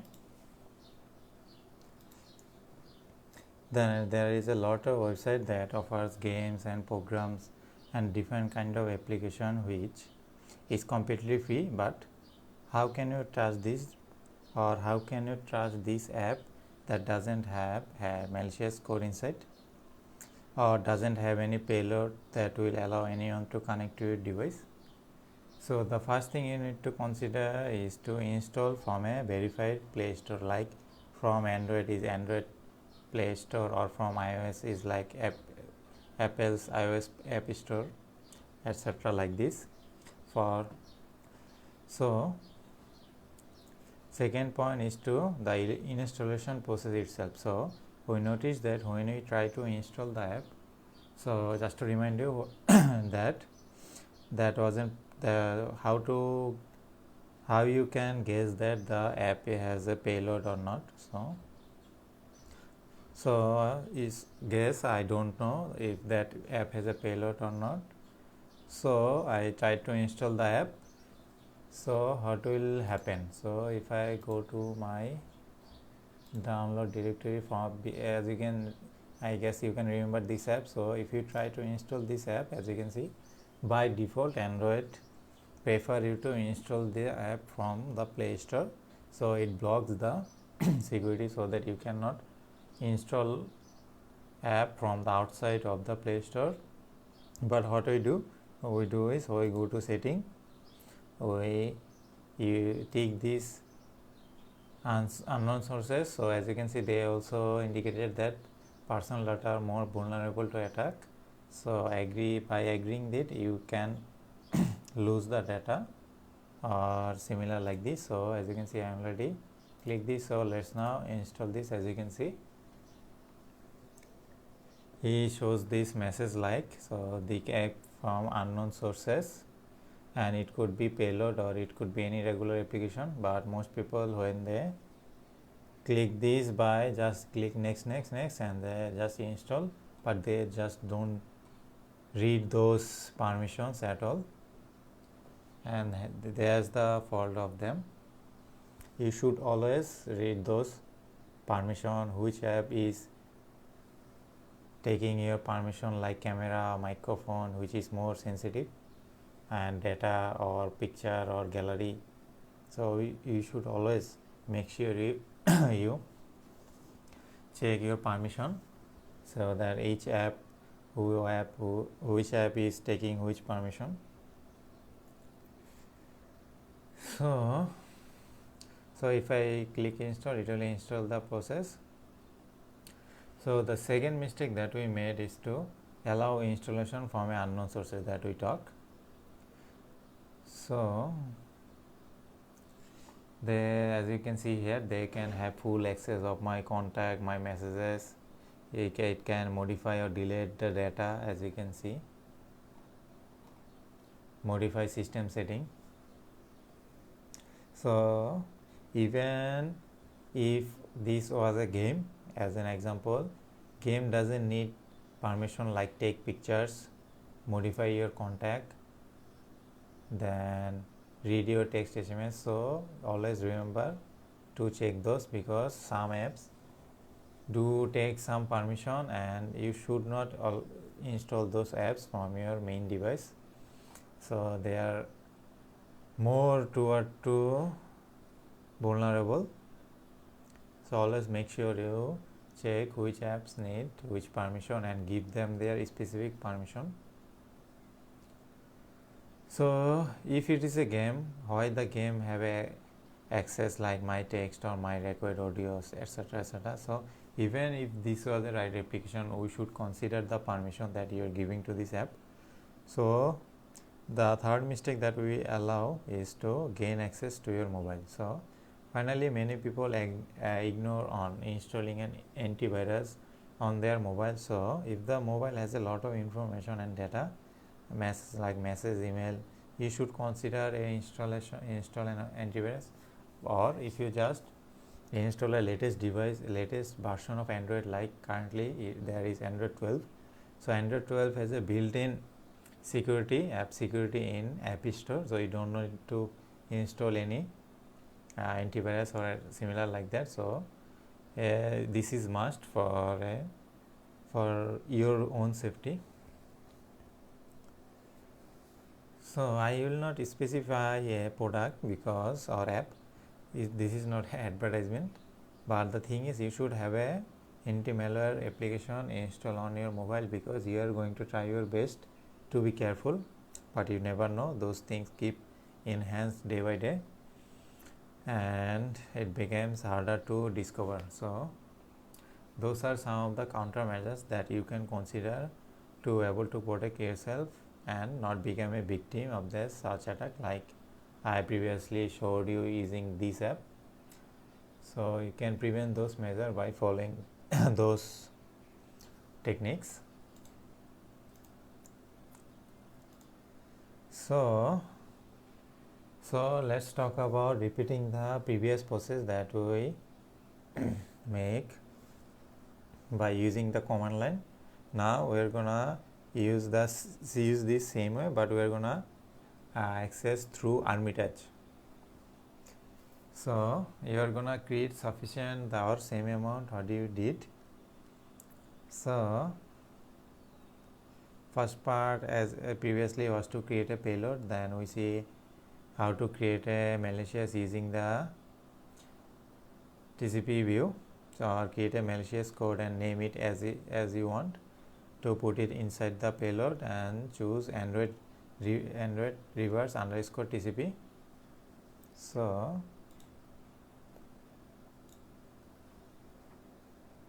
now what we did previously was to create a handler. So the change that here will be the handler and the handler command, which then are the resources command that will be written into the arbitraries. And as you can see, I use the same command, exact same copy, but in a different environment, like in Armitage, which is a graphical user interface, and previously we tried this on a command line interface on terminal. So I already tried all of this, so let me just demonstrate this. So I previously demonstrated how to open an Armitage on your Kali Linux, so please go and check that out. I previously demonstrated in details about Armitage.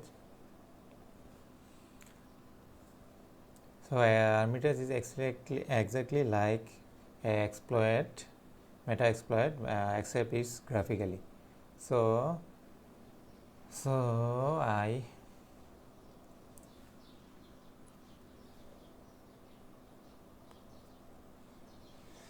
as you can see in here, as you can remember, I used this same command previously, just use this command in Armitage. So after this command, it will create the MSF exploit handler in this directories or in this location. After that, just set the lhost like previously, like my machine lhost or my machine IP address is this one, so I select my lhost as my machine IP address, so it selected my host as my machine IP address. So I need to also change my port, so I set my L port. As you can see here, I set my L port at 4433 as previously. So after typing this, they set the L host and L port to this and this. So and then as you can see, after typing just exploit in here, you will get in, as you can see, it repeated the reverse underscore TCP and it connected to the machine. As you can see, this is the mobile phone that connected, and you are getting full access of the device instead of typing any command. So click here, you can like go to printer or do whatever you want. You can explore, you can check your data, message, call log like previously. You can explore the file manager, etc. You can show the process. You can like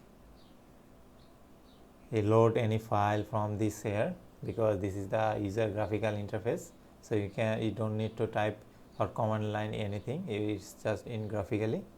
So you will be able to do everything you want in this device, but from the command line, or you can still do command line, like as you can see, just typing this command line upload, this will upload a file to the directory. So just typing in command line in here, it also works like that, but also you can just right click in here and it will give you all the options that you need. And after that, you can do whatever you want, from opening the camp or dump SMS or check SMS or check your personal information, etc, etc. Everything will be the same as previously. So just type it here and it will be all done. So this is how to access on the Android device by using Armitage. After explaining what is social engineering and after explaining how effective is this tool, so let's show you, if you face any problem using social engineering toolkit in Kali Linux, how can you fix it? So let's do some attack using social engineering. So I'm going to go to my Kali Linux machine and going to launch the root terminal. So let's just type, then just type in the root terminal set toolkit. So after typing set toolkit, this will open up.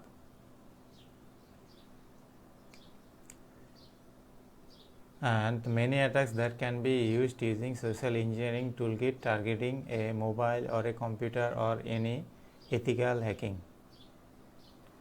So previously I talked about the ethical hacking, so you can check that out. And I also explain how to set hack computers and the how to use hacking computers.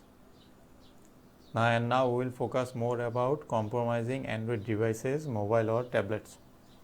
So I am going to launch this tool by typing the website attack vectors. So we are gonna use this one. So just type 2. As you can see, this is the number 2. So just type 2 and it will open the website attack vectors.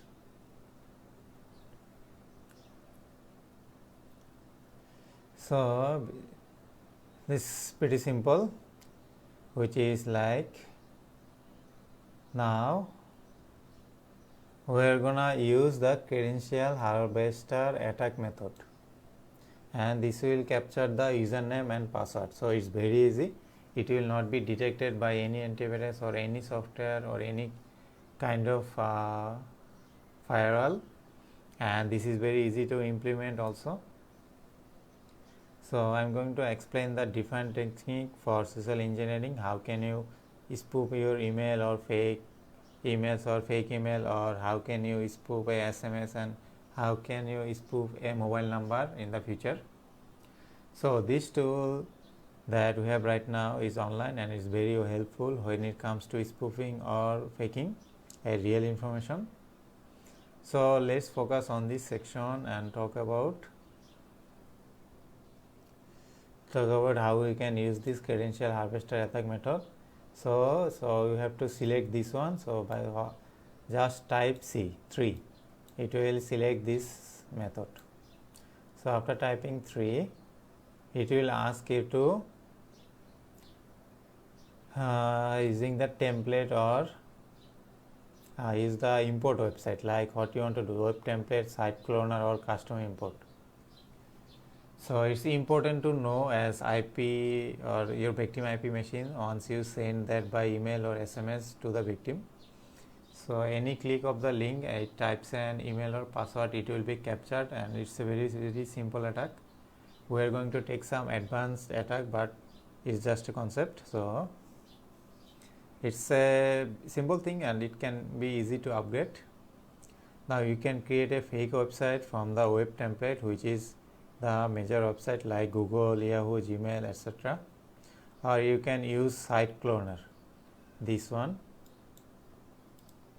So what if you need to create a fake website for a specific like bank or a specific website like google.com? So you can create an additional website or absolutely copy from any website that you want. So you can just choose site cloner and you will ask for the site name. So just if you type 1, it will give you like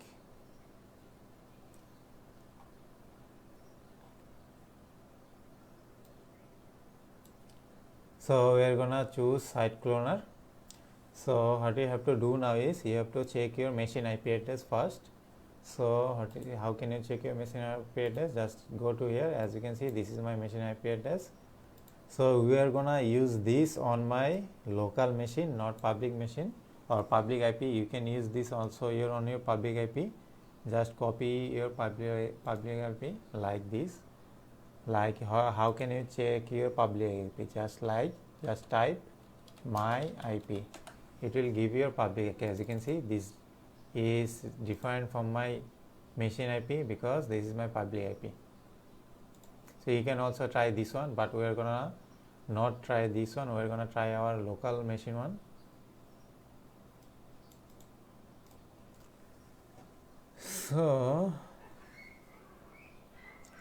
So okay, what you have to do now is you have to type your machine IP address. So after typing your IP address, this will ask which website do you want to copy. Like they also give you an example, like you have to put a website like this. So I typed I want to clone like this website, like http://www.google.com. So what that will do is, when you give the victim this address, when they go to this address, they will show, that website will show just like a regular google.com website. So they won't even notice that it's like a vulnerability or something fishy. So they will recognize this as google.com website.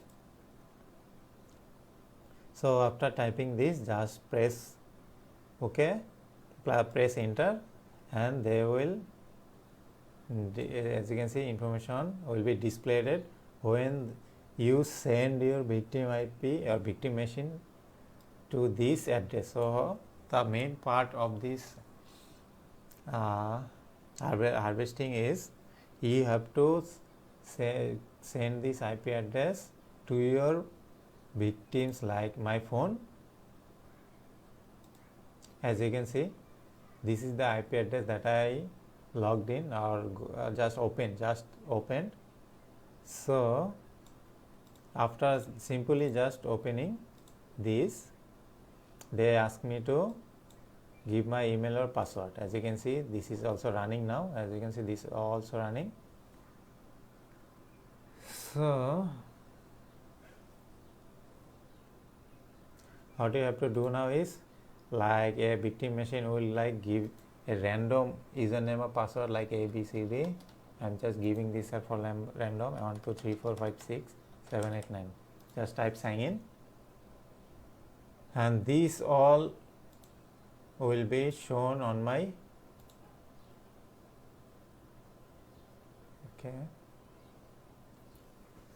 this is supposed to be in here.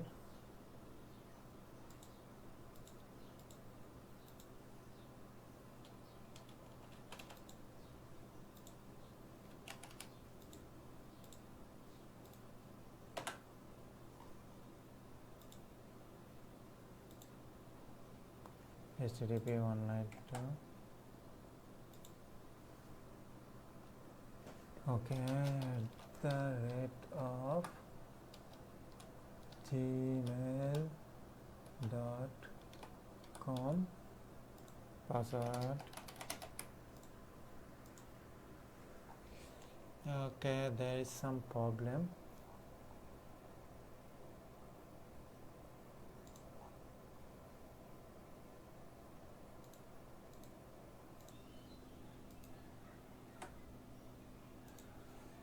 So I had some problem, so I just solved it. So as you can see, after logging to the website with that, as you can see, google.com, we type the password, which is, as you can see in here, abc@gmail.com, and also the password both also show in here.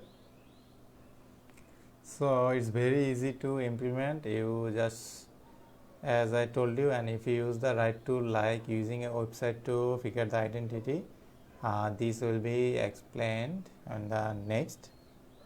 But you can send through SMS or any fake software that fakes SMS, so it will be easy to combine the IP that. And also we should not use IP the same way. It is the most people will use those, like most people will not use this like that I did, like http@192. Nobody will use that way. Everybody will use like this way. Let me show you. They will shorten the URL so that you cannot even check which website it is. So let me just type this http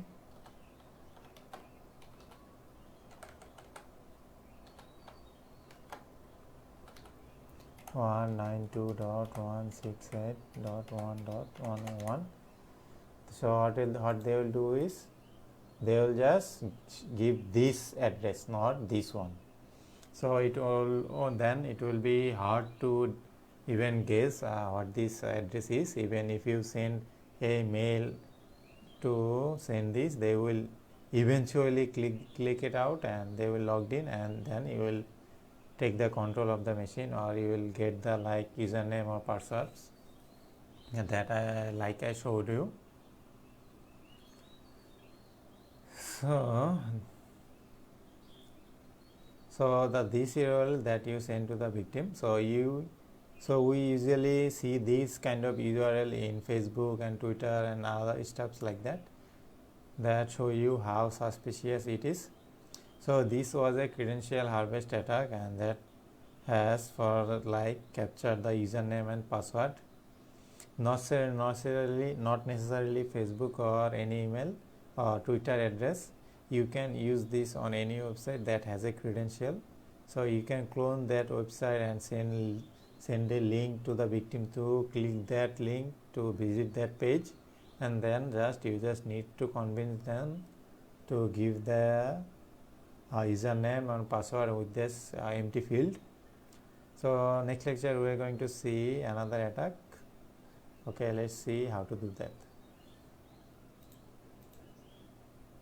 On the previous lecture we saw one attack that related to social engineering. So this lecture we are going to see a more advanced attack which will allow us to get full access of the Android device. So let's see how to do this.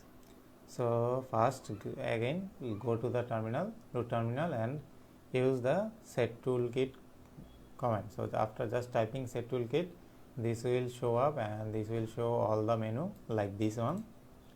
So just choose number 2, which is website attack vectors. So after choosing number 2, then we will select this method, which is meta exploit browser exploit method.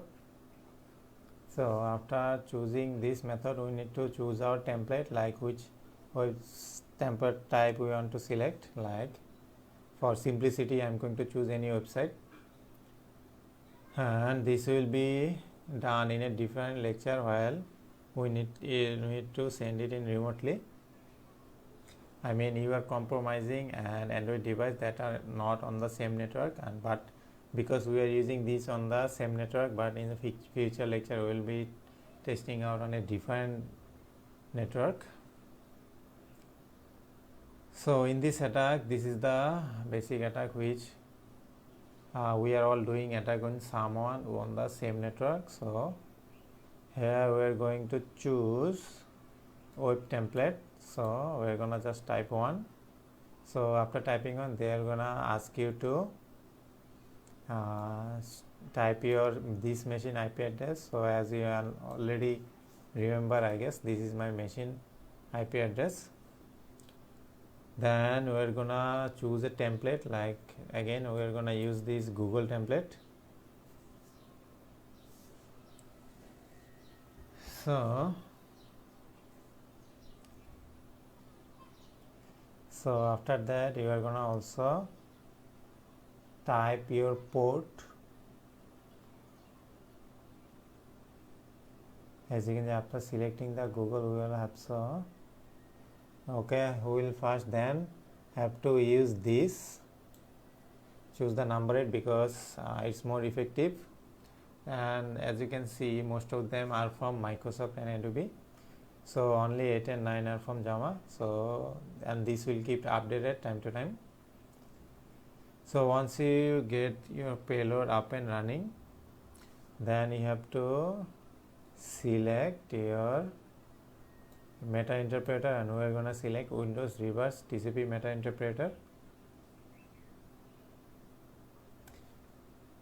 So and which means is a class A victim which will connect it to my machine, because the victim machine is reverse, which is like buying connection to which and connected to my victim machine. So if the victim machine is connected or has any security software, that would be dropped. So when you enter, this will probably be successful. So I am going to, as you can see, type 2, and then you have to forward your port. As you can see, this you have to type this one is suggested, so you should also type the same one that is in here. So after giving this, as you can see, the service will attack. So if you just type to, if you have a problem, like I had some problem that my Apache or maybe something was running, so I just stopped that by Apache. As you can see, Apache may be running, so I just stopped it. You may not have the same problem, but if you face the problem, then just type Y to stop the Apache, then it will just work fine. As you can see, it is now working. So what you have to do now is, you have to go to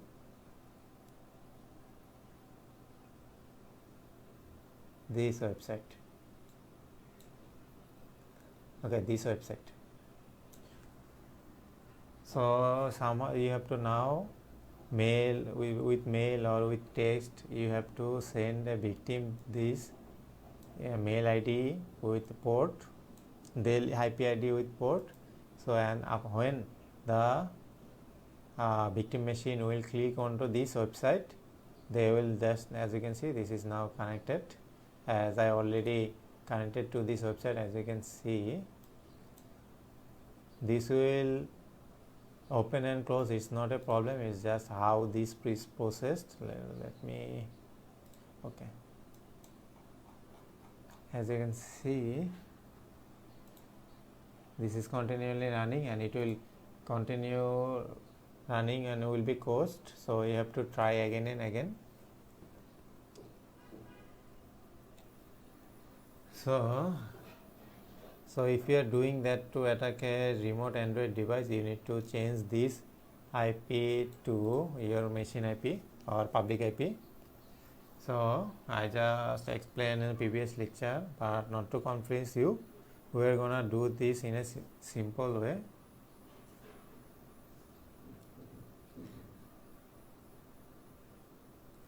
So that's it. There we are getting penetration on the victim mobile, and we explain how to utilize those method session. And by the way, you may notice that it will keep closing and opening another metapredator, because this is normal, and after a few times it will be stable. So it's quite easy to keep trying and until you get a successful session, but you are getting an idea then how to use this metapredator session, and you can get a full access of the machine. And this has been the total process of how we can metapred this or connect to this mobile phone and get a full access of the device. In this lecture, I am going to explain how to install Notepad++ into Kali Linux machine. So this will be needed in the next lecture, and we are going to need a specific notepad that can open a XML file. Now there is a problem with Notepad++ is that it does not accept any open kind of format, but the problem is that it is a Windows only version. But we are using a virtual machine or Kali Linux, so we have to install this Windows program to this Kali Linux machine. So how can I install a Windows program into Kali Linux machine and apply the same concept for most of the Windows application that you need to install into Kali Linux machine? You will find sometime that you need to install a Windows program into a certain operating system or virtual machine like I am using on Kali Linux. So how can we do that? So first we have to go and search on Google and search for Notepad++.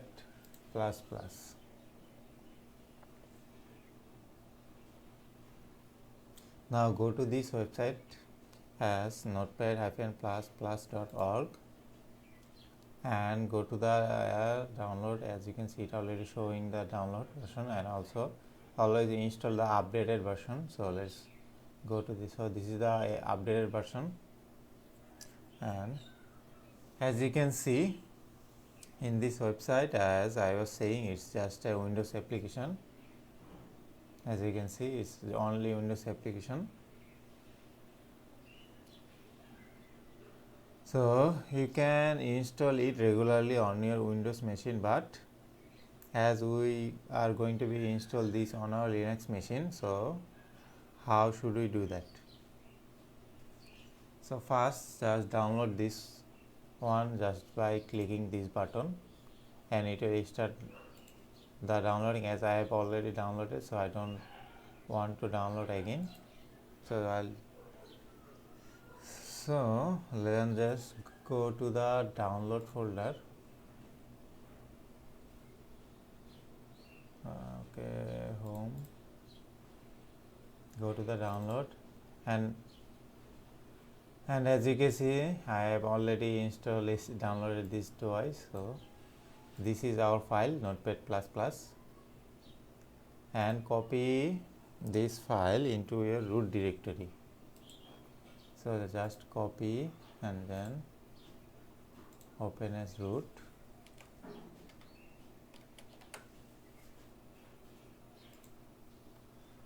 and save this into this folder, root folder. So I have already paste it in here.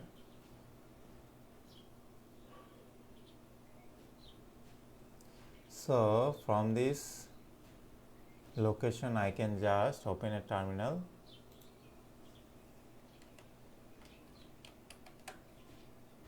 and just list all the files that are in here.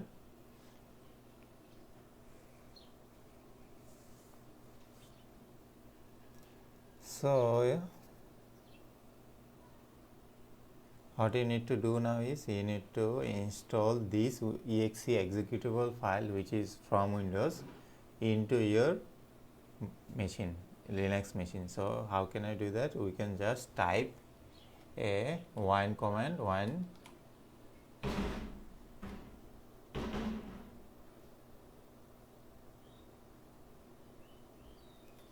because wine is a command that will send this executable file into a Linux machine installation file.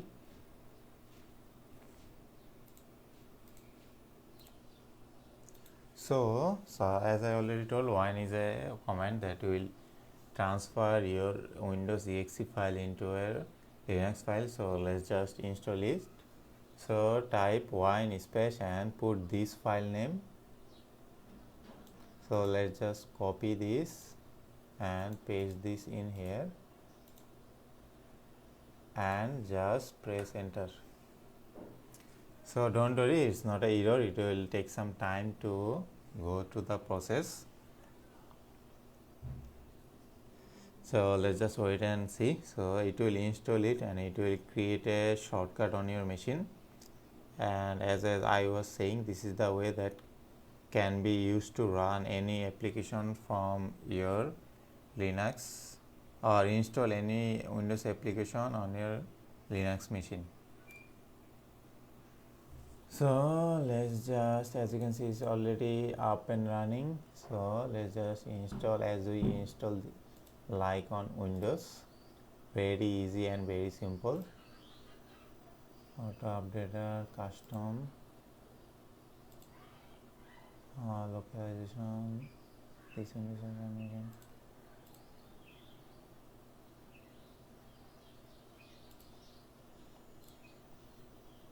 So select all of this because it will need create a desktop.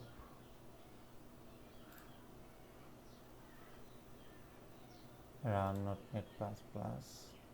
As you can see, it's already installed on this virtual Kali Linux. And as you can see, I download and install a Windows file and turn it into a Linux file. So that's how we can install a Windows exe file into a Linux file by where it is.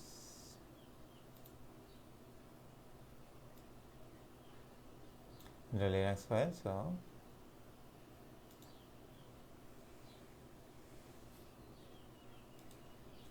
okay, now we are able to install this Notepad++ on Linux machines. We saw in the previous lecture how we can create a fake app that includes a payload and how to send it to the victim. And once the victim installs this fake app to his Android device, we are gonna get a full access to his device. Now the only problem with this technique is that Jap is doing nothing. It is a useless app. So if the victim receives such app and install it, it does not do anything. Most probably he will then remove it. Even if he is not suspecting that it is a malicious app, so that will be do nothing. And in this lecture I am going to show you how to bind a real app with a fake app, and that includes the payload, or actually how to include a payload inside of a real app.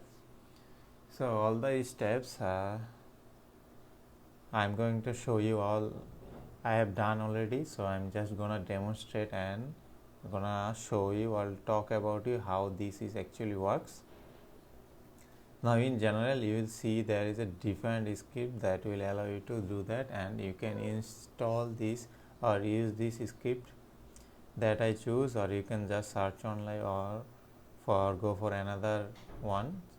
You will see many scripts that is doing that. So first what you need to do is you need to get a real app. So for this able to do that, we can just go for any app, just search for like notepad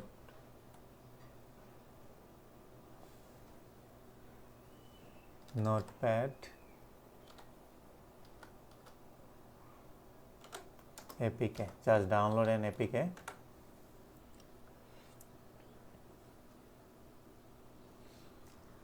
So you will find many websites that you will find you to download this app. So this is one of them. Those are the regular app which you can really download for any other website, just like APK Pure. It's a big website that allow you to download free APKs, and that you can choose this one or search for any other app that you want. So this will be the app where we will include the malicious. So click on download and it will download the app. Just download it. I already downloaded it, so I'm not going to download again.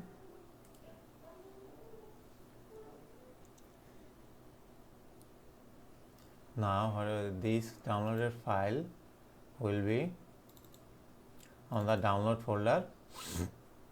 So just copy this file and make a 123 by any name folder, or just create a new folder and download that APK file to here.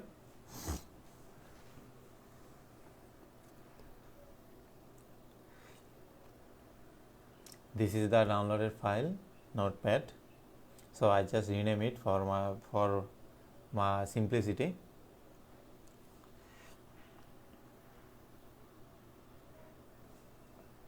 So the next step is to download the Metasploit. So just search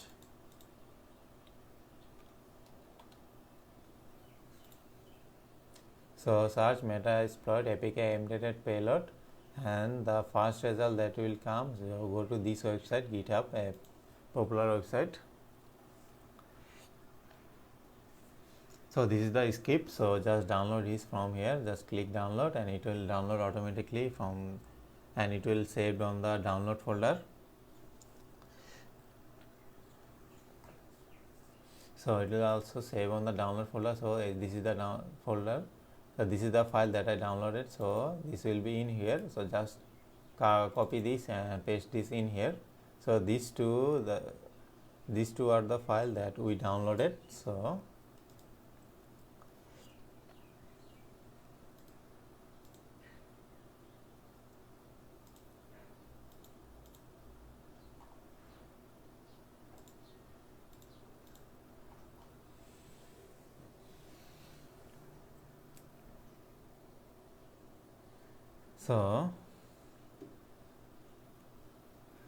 at first you go to the directory of that folder, as I already created this folder. So I am gonna select this folder. So just type the directory of this folder like cd space. So it will go to this directory, and then just list it. As you can see, it listed the file that are in the folder. So this is the script and this is the APK file that we downloaded, notepad. So just unzip this script. It's a easy process. Just type unzip and it will, this is the built-in command, you don't need to do anything. So just type unzip and type this. As you can see, I already type this. So it will, what it will do is it will unzip that folder. As you can see, this, that unzip this.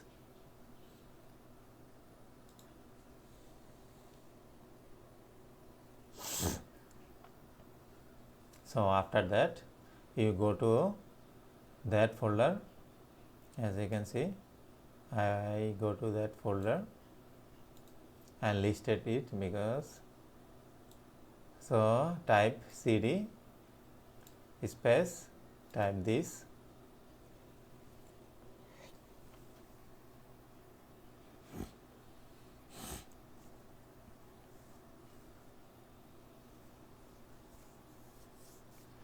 so what that will do is it will go to this directory, like this directory.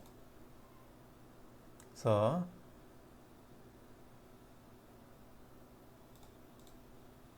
that go to the directory. As you can see, I listed all the file. As you can see, these two files are in the listed into this folder. So what you will have to do is, now you have to copy the notepad file. Just copy this, like copy, and paste this in here. As you can see, I already pasted in here. So just do that.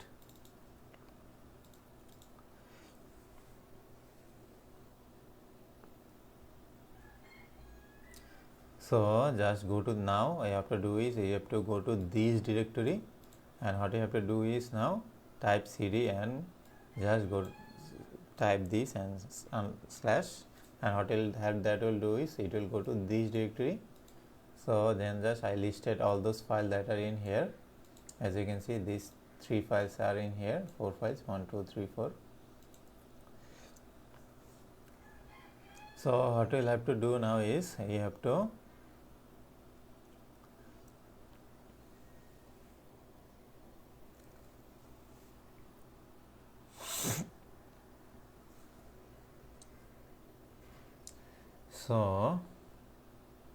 so now I have a program and the file in the same folder. So it doesn't matter what the point is. So you have the program and file inside the same folder. Now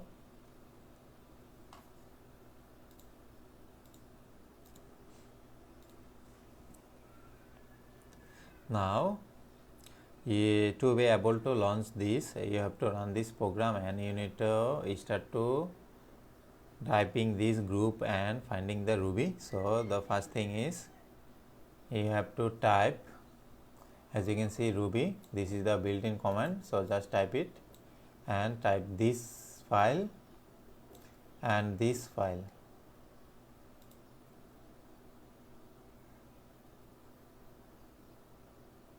Notes.apk that we pasted, like this file, and type -p or -p. So I need this file to bind a payload. So you need to put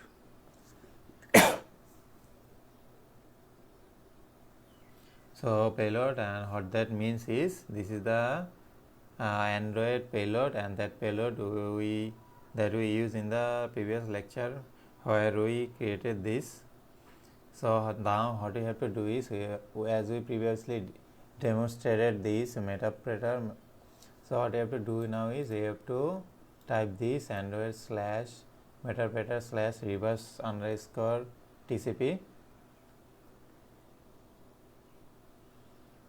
and then as you can see we have to type our machine IP address as L host. So how can we check your IP address? So just go to this connection and sorry.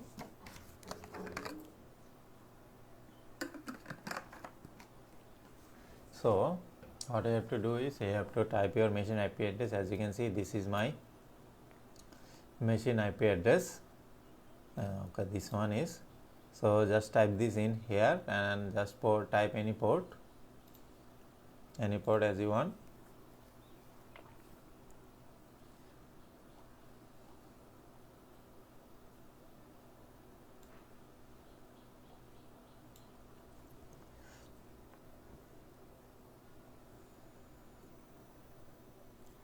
So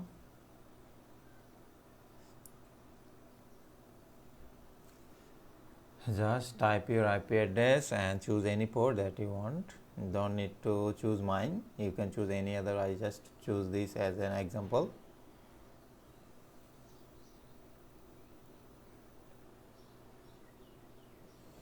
Because you can use this port, it will be open up your Kali Linux machine to accept the connection. So this is the IP of my machine and that supports my Linux machine as well. So then just press enter and that will do is it will find these tickets, I mean this will bind those files and that will take a couple of minutes. But let me first give you some disclaimer. As you can see, I already faced some problems because there will be some files that are missing. So what you have to do now is you have to install certain files, like as you can see you need to install text table. So just simple, just type text table, install this and install colorize, just install this and you have to install the most importantly APK tool, because as you can see I have tried this and after that what that said is APK tool is required for embedding, so make sure it has to be enabled. So what you have to do now is you have to install this APK tool. It will, as you can see, I faced many problems in here, so but finally it can solved. So what I have to do now is install this. As you can see my APK tool is installed and as you can see my APK tool version is all 3.2.50. so I'm all done. So just as you can see many problems okay, so but after that it's all done. As you can see my process is all up and you're gonna see that in a regular app that has a payload inside. So what you have to do now is you have to just copy that file and drag that into your phone, or means move to that payload file into your phone and just install this into your phone, Android phone. Or so when you try to install that on your devices or Android phone, it will ask you to get some permission like file, document, my picture, etc., and that's normal. I mean if you install any regular application at first you will see that they ask you many permission, like if you install camera they will ask you for file, your camera or gallery, these permissions. So just like this application will ask for file, document, picture and etc. permission. So just giving that permission it will install on your Android phone and it will access your Kali Linux machine. And also do not forget to run the handler as we did on the previous attack. So that's the process. You can install a payload on a APK file and send it to the victim to install that APK file. Now the attack that we are going to talk about is a very famous exploit in most of the Android devices. It's called stage fright exploit, and the stage fright exploit was found in 2015 in a lot of devices, and we're gonna see how to exploit this vulnerability and again access to device as well.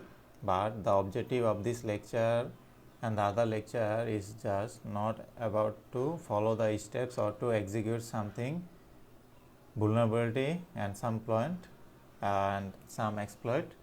It's more into to know how to search for weakness and then how to get advantage of it and compromise a device using this weakness. So we did some research, and that there is a vulnerability called stage fright, and then we're going to use this framework which is a Metasploit again on a Kali Linux. So let's see how to do this. So let's just go to the Kali Linux on your virtual machine, then just open a terminal or open a root emulator. So after opening this, just type msf console. So after typing msf console, it will open up the, as you can see, Metasploit vulnerability developer edition. So after opening this, it will take a couple of seconds, 10 to 15 seconds to open. So after that, so you can use any other vulnerabilities, just you can search by name, and it's a total free. You don't need to install anything, as I previously told on Kali Linux. It's a built-in application. As you all know, it's a application that's allow you to do different kinds of attack, including and creating an open user file, or you can get access to this device. So we will not be using this part because the stage fright allow you to create a file that is a executing process. So you need to download the file and change your site code and so on. So I'm going to show you how to use this exploit in a very easy way. So we are going to type and search for an Android exploit which is this stage fright.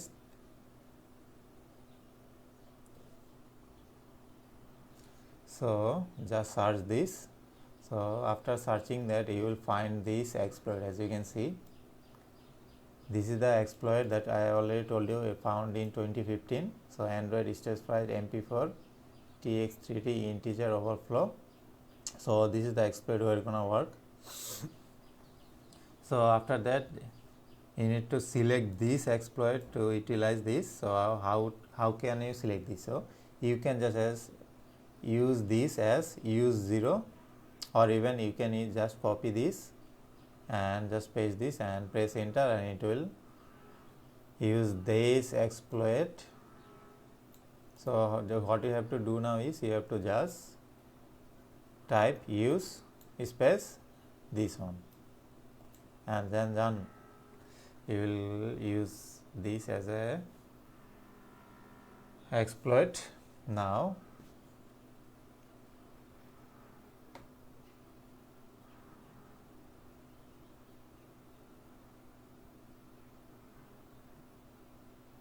what you have to do now is you have to press, or you have to type show options to see the module option in this vulnerability. So as you can see, you can check all those options in here, and you can exploit the specific target that you want. So as you can see, I just need to change this value, and as this is the SRB host value, it should be a local IP value of this machine. So it should be my IP value of this Kali Linux machine that the machine will be connected, and the new path which axis you are, which means which path, you need to change this also. So the URL is to use this exploit. So you have to set this path also. So what you need to do now is you need to set first SRB host. So what you have to do now is you have to set SRB host. So just type set space SRB host and your IP address.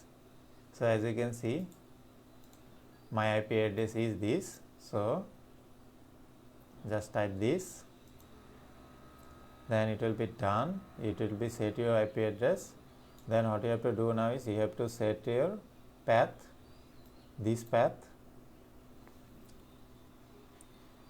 So after typing this path, it will select this. So type set space udpath space slash. So after that just type exploit. So I am going to start the handler to wait for the connection. As you can see, exploits running as background. So exploit completed, but the session was created. So started reverse TCP server started. So what you need to do is you need to send this victim you need to send this IP to the victim machine, and whichever way you can, like you can just send this via the email, you can send this via the text message on phone, or you can send this via the social media IP addresses.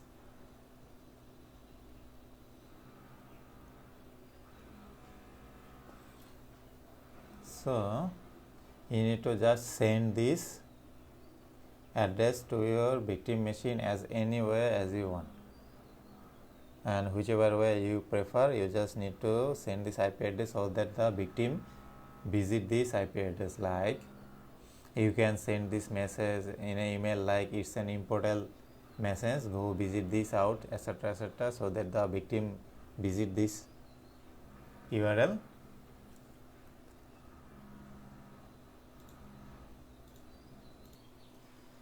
So whatever you have to do is just you have to send this IP to your victim machine as any way as you want. So now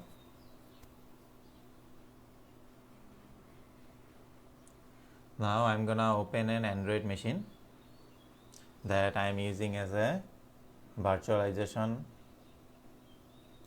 So let me just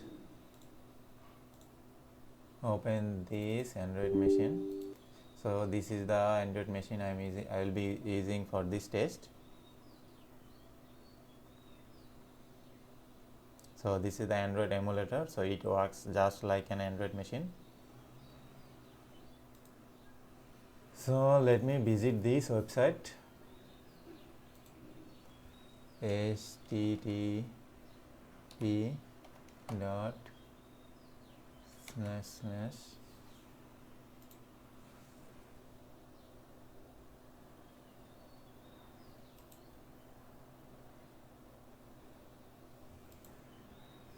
.192.168.1.101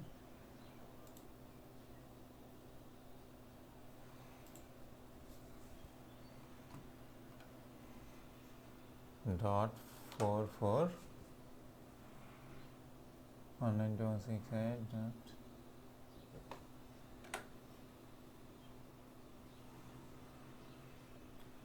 As you can see,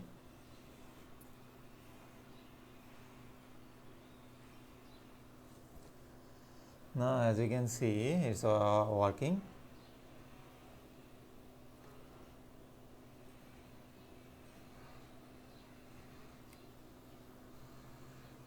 So assuming that your victim did click on the link and it goes to the victim machine and it's connected to that machine. So as you can see, it opened this machine and connecting to that victim machine. So more than one sessions are active right now in this victim machine.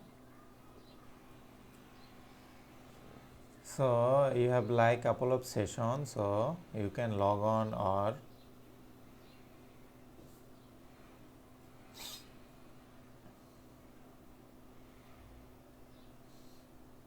as you can see it's still running, and as also because this is open.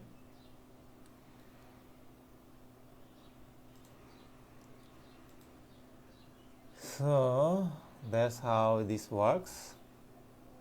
You have a couple of session is open, and that is how we can just send an victim machine a IP address that you can control. So then also let me try another one.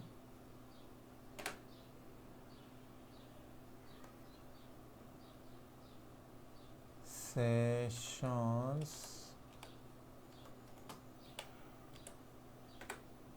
as you can see,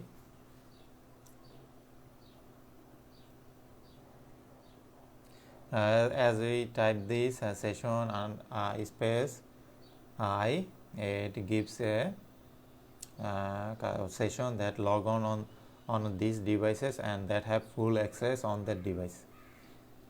So this is how it is. The effort will be how to convince someone to visit this website. That's the main point of this, that how you can convince someone to visit that IP address. So this is actually quite easy, because the tool that exists now in the Kali Linux machine that will allow you to do this, all of this without any effort. So now it's quite easy to do that. So most of the Android devices are affected to this vulnerability. So in the next lecture we're going to take some defined framework and we're gonna see how to compromise it using this tool later. So also later on the courses I'm going to show you how to tune this attack and how to use them, or remotely how to compromise system that does not exist on the same network, and the attack will do the same, except you need to change some network settings, especially inside the router. So we're gonna see all of that later on. In this lecture, I will introduce to you an excellent toolkit that can be used for compromising Android devices and mobile devices. So in my previous lecture, I talked about an advanced technique and also explained this tool, and I used this tool to target the Windows machine. So I'm gonna use the tool this section, and for targeting the Android devices. Now what I'm gonna do in this lecture is, and the upcoming one, is to show you that toolkit and get familiar with that toolkit. And the most probably when you start using this toolkit, like you have to use this on a virtual machine, and also like a virtual machine like Kali Linux. You can use any Linux machine you want, but Kali Linux is the best for this toolkit. You don't need to do anything, it's auto pre-installed in this Kali Linux machine. So just also there is some problems you may face after a fresh install of Kali Linux. It may not be working, probably it will have some problem.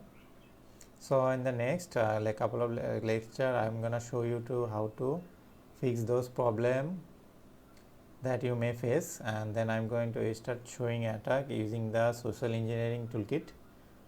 So let me just first show you the toolkit. So just type set toolkit, then just press enter, and as you can see it gave me the toolkit, and also it is the updated version. As you can see 8.0.3, this is the updated one. So this is actually a special tool. It has different version, and it has a version that run even under Windows, but I wouldn't recommend it because it's not that effective under Windows machine. I will recommend as usual to use Linux, and especially Kali Linux. So what happens, there is some problem you may face is you keep getting the updates.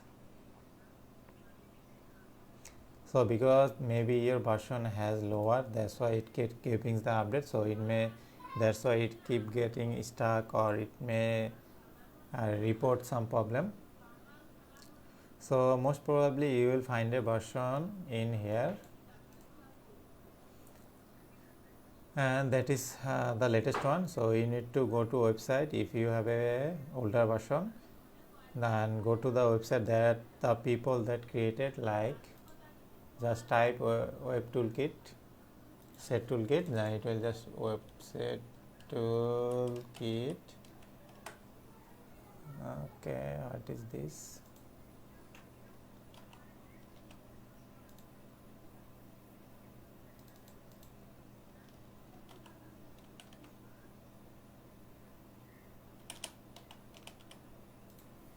Okay, as you can see, this is the website, so you can check this out, and also there is all the information that you need.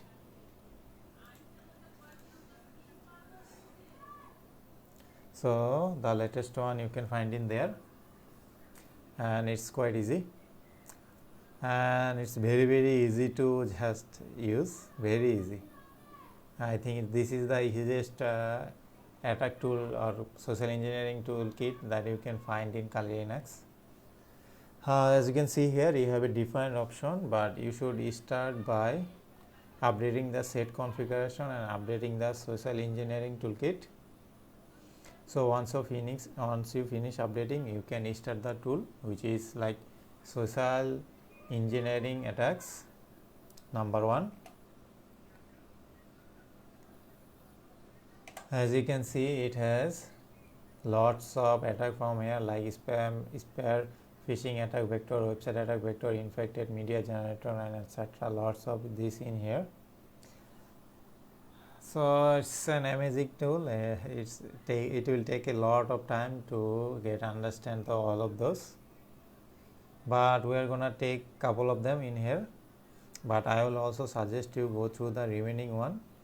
It's a very powerful tool, as you can see later on the lectures, and this is how it is look like, and it is very interacting. So you don't have to memorize any code, you just need to select option. So for instance, I am going to choose the number 2, which is website attack vectors. So just simply type 2 and press enter, and it will go to this. So it will give you everything under 2, which is, I think you have like Java applet attack, meta exploit, browser exploit attack, and credential. We're gonna use this most. Credential, harvested attack, also webjacking attack, multi attack, web method, lots of method. So just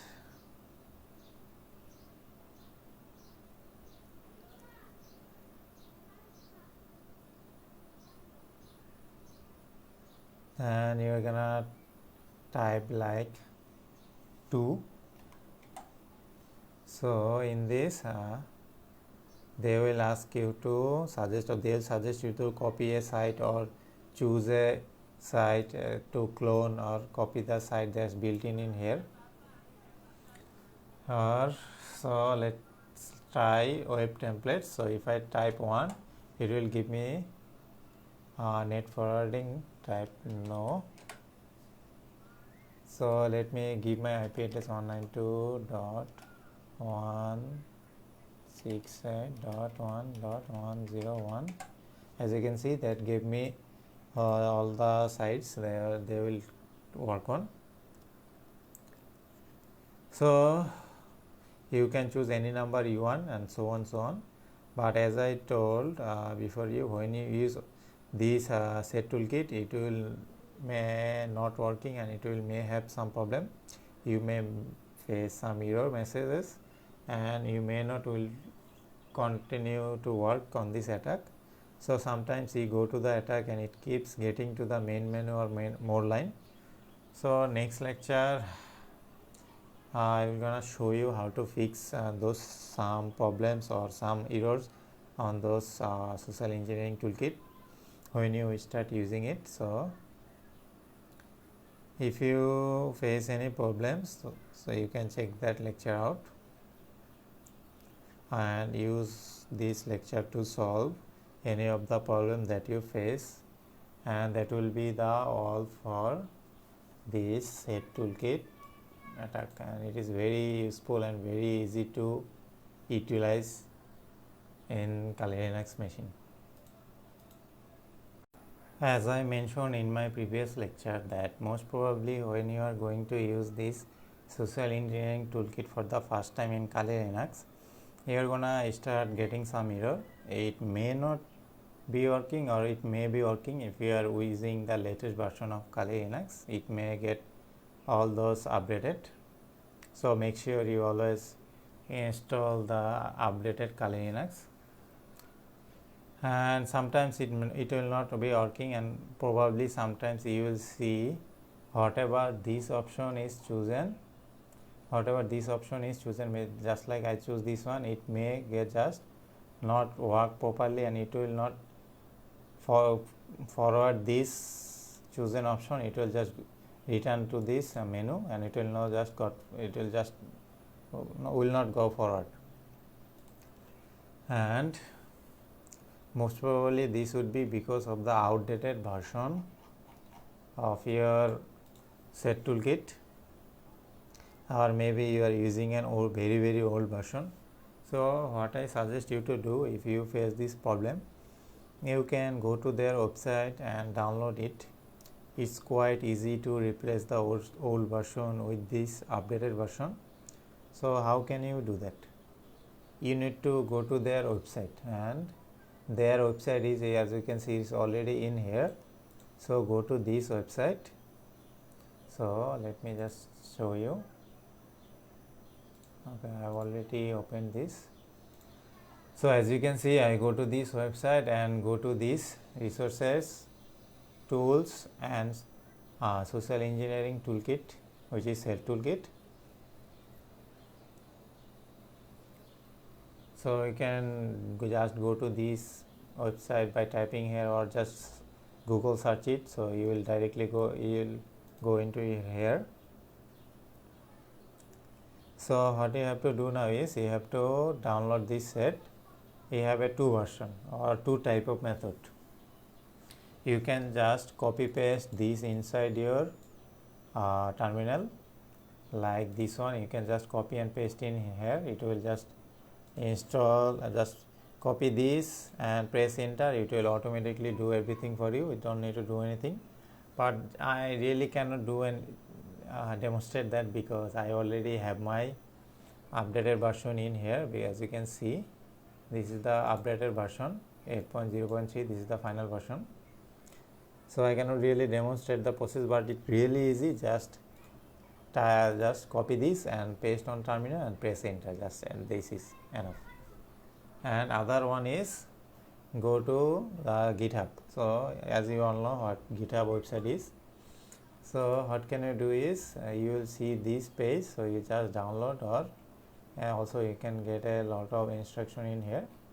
Also, as you can see, if you go to the readme and change log, you can see the latest version. As you can see, 8.0.3, this is the latest. And also, as you can see in here, I am using the latest one. That's why I can really demonstrate the version. So what you have to do now is, after typing this into your terminal, you will get a folder. In here. So what you have to do now is you have to copy that folder and go to your file system in root, because without root you cannot go to this folder, or like as you can see, fail to open the directory. So you can really go to, so how can you go to the root? So just right click in this file system, open as root. If you have any password for your root, just type the password. And as you can see, I am in a root account. I can even go to these and everywhere. So what you have to do now is, that file you copy it, you are gonna copy this to user folder. From user folder you will go to share folder, and from this folder you will just search for the set folder, which is the toolkit folder, engineering toolkit folder. So you will go and search for set. As you can see, this is my updated version. What you have to do now is, you have to delete this older version, and the updated version that you copy from the directory, you have to just, after deleting it, just paste it here, and you are just good to go, and you are all done. So that's the simple process of updating or installing your engineering toolkit to the latest version. It's a very easy process, as I would say. You just need to follow the steps that I shown. So starting this process, you can check whichever version you have. So you can go to the social engineering toolkit and check the version. And after doing those steps that I explained, you can just type any option or go to any option or attack method without having any problem at all. This will work just fine. So that's all about how you can solve the problem using the website of this trusted sec or the GitHub, and then updated this version, and all your problem on this toolkit will be solved. In this section, I will focus more about the tools that can be used in social engineering. So in this lecture, I will be showing you that you should not trust anything like email that can be spoofed, like SMS that can be spoofed, email or number that can be spoofed. My point is that people trust email blindly. They receive an email coming from their manager, and they will execute whatever is inside, and they will never think that this might be fake or spoofed. Same concept apply for SMS. You receive an SMS or MMS from your bank or any bank, you think SMS cannot be faked. It can be faked, even mobile number, so it can be faked. So it's not really a attack section.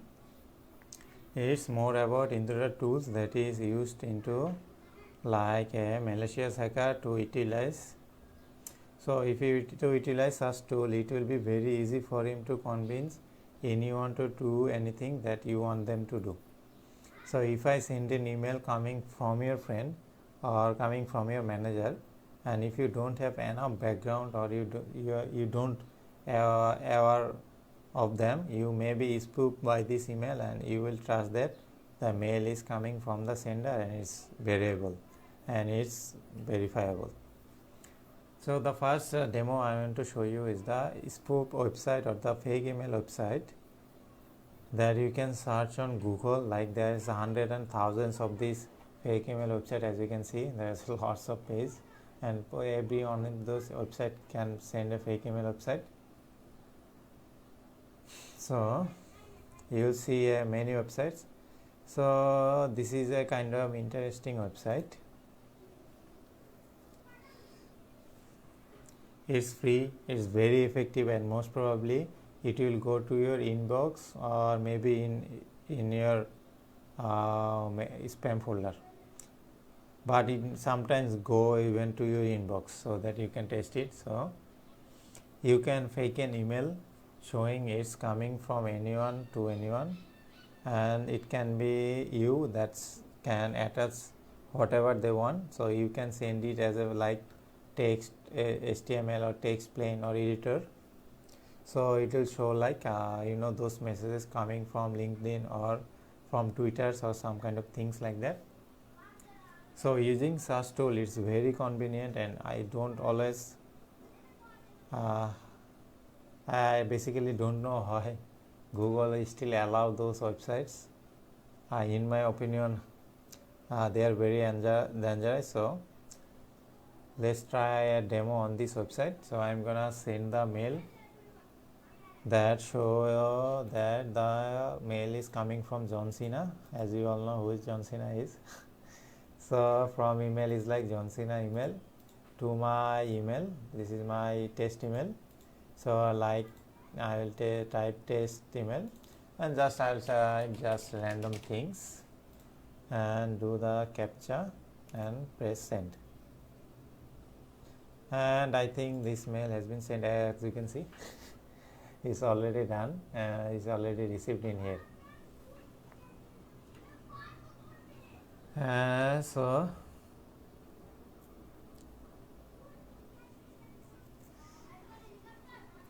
as you can see, this is his email, and this is also his email to my email, as you can see in here.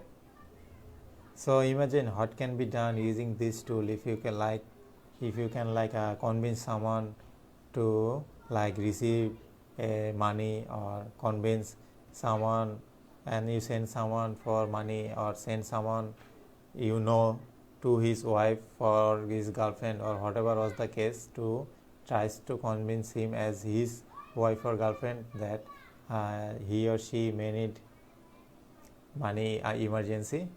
So it may show it's coming from Microsoft, Google, or coming from any bank. But have to tell you this is completely illegal, and in some countries it's a federal crime. So it's not something to play with it.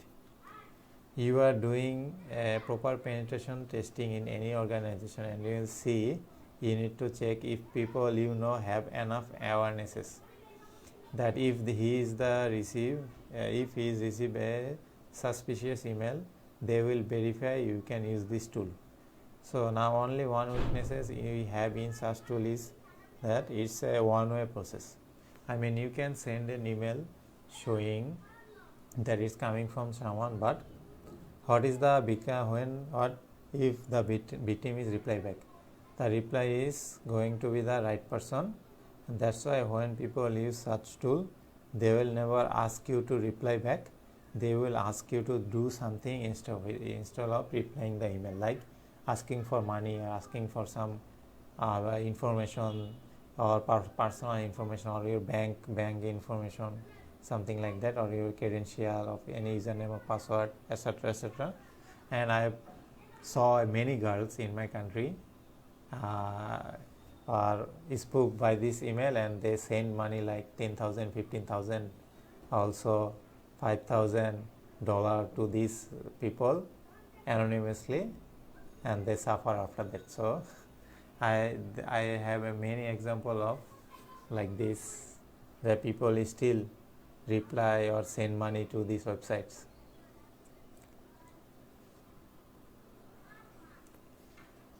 So if you receive an email and you are just suspecting that this is a fake email, you can just reply back asking for message email. So it would be going to this website, and they won't be able to read those email because it's a one-way traffic.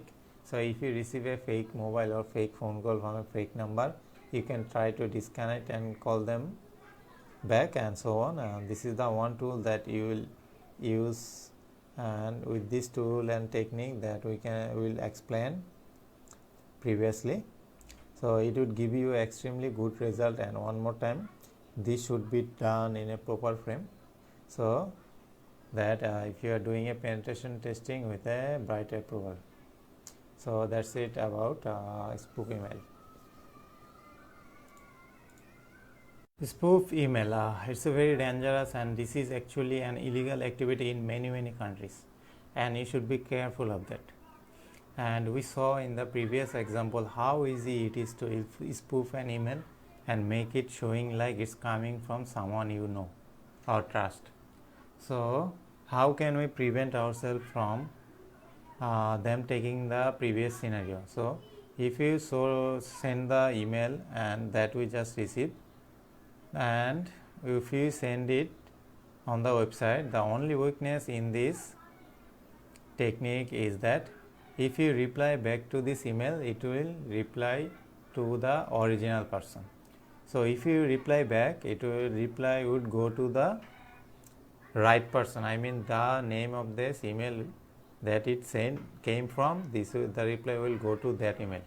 So for instance, if someone sends an email and this email is showing that it is coming from Bill Gates, for instance, and if you reply back, it would go back to the real Bill Gates, or the email from the Bill Gates that came from. and according to that, using people who is doing that, they will never and never request that you reply back to that mail.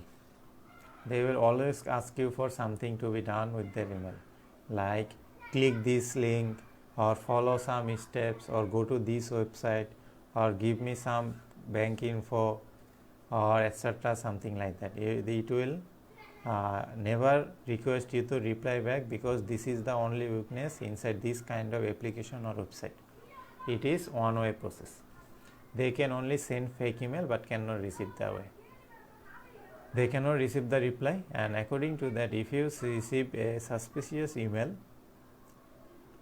and if coming from your friend email or your manager or your girlfriend email, whoever you think it came from, it's suspicious, the right action will be the reply back. Person reply back, and if possible reachable by just call him. You can just reply back asking, why did you send me this email, because the reply will go to the right person. So if he didn't send that mail, he will reply that, no man, I didn't send you. So you have to be careful. So the only countermeasures is that can be taken is do not follow any steps on that link, or even if you know that it may like a simple task, please like download this PDF. The PDF could contain a payload or Excel sheet, and the payload or the mail can be added to any of the format or many format it can be saved. So do not think that this is just a PDF. It could be a payload inside that PDF. So the right action would be taking the countermeasures.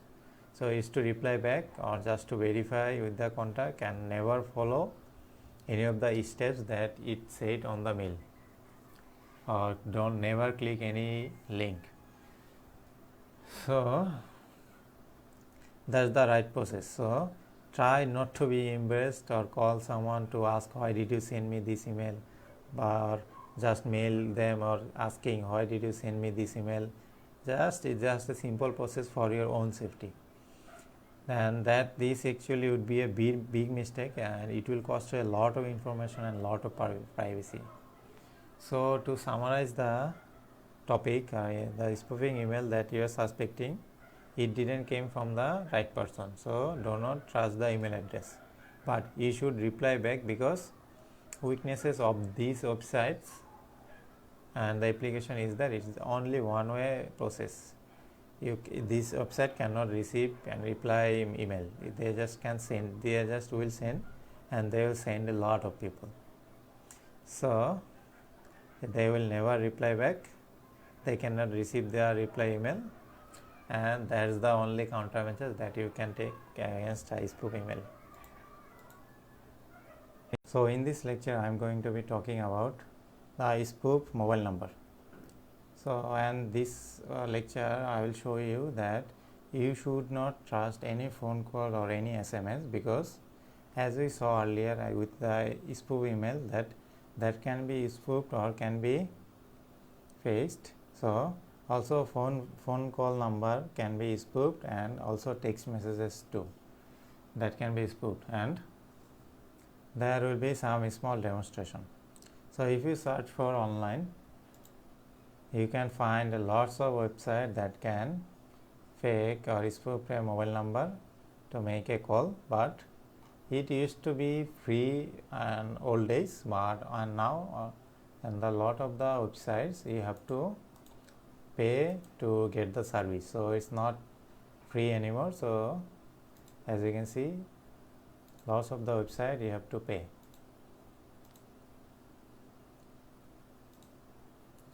So as you can see, it also is a payment option. So let me just describe about it. So that will allow you to spoof your phone, call your number, and also call someone, and it seems like coming from one of his friends, or like coming from his bank, and you should not trust the mobile number. So if you are getting a phone from your bank, it could be a spoof call. And so let's see a small example. So if we try to this is the paid service, so you have to pay to get the service. So let me try.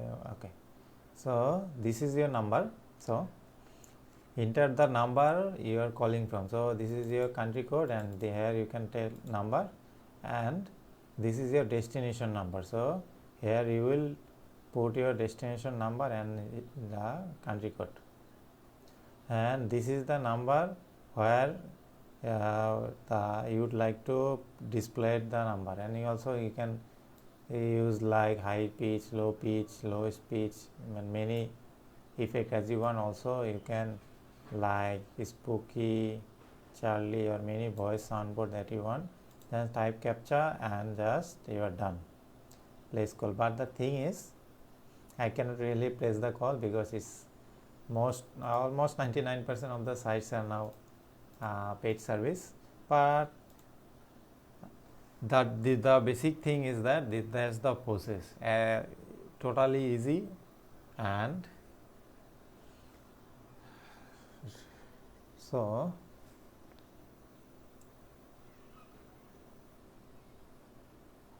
you can even spoof a SMS from this website.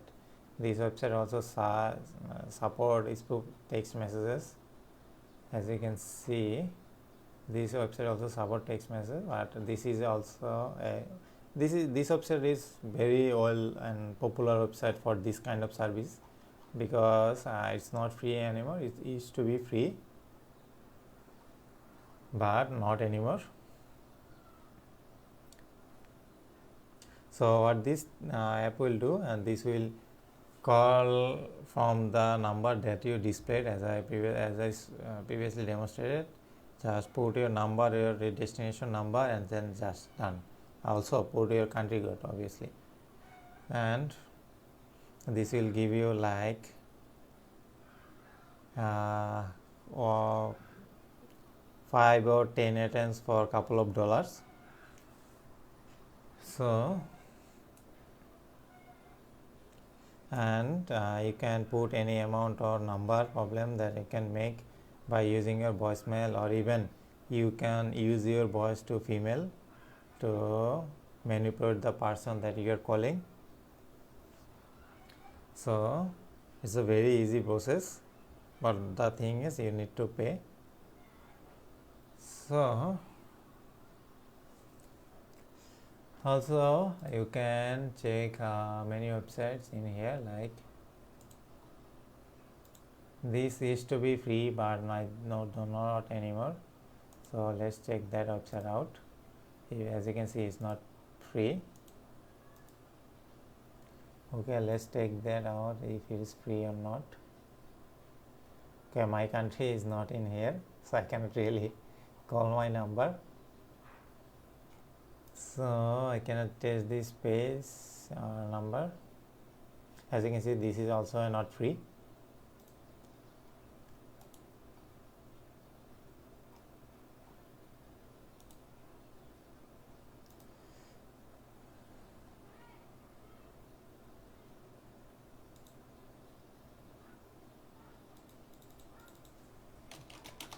So let's try.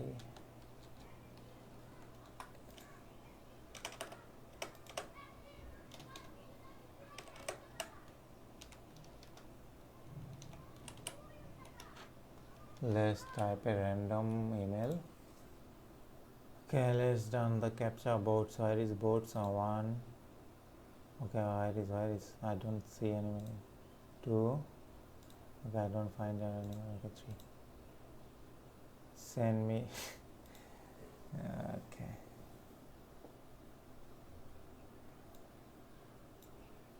Also, as you can see, this is also not free, so I think you get my point.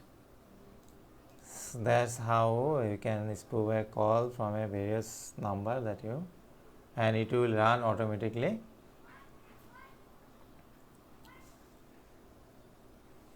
So from this process or using this process, you can able to phone call someone that you want to spoof, and also you can call someone seeing this like coming from his office or calling someone's looking at like calling someone's manager and or calling from bank as from bank. So this is very important and very critical. So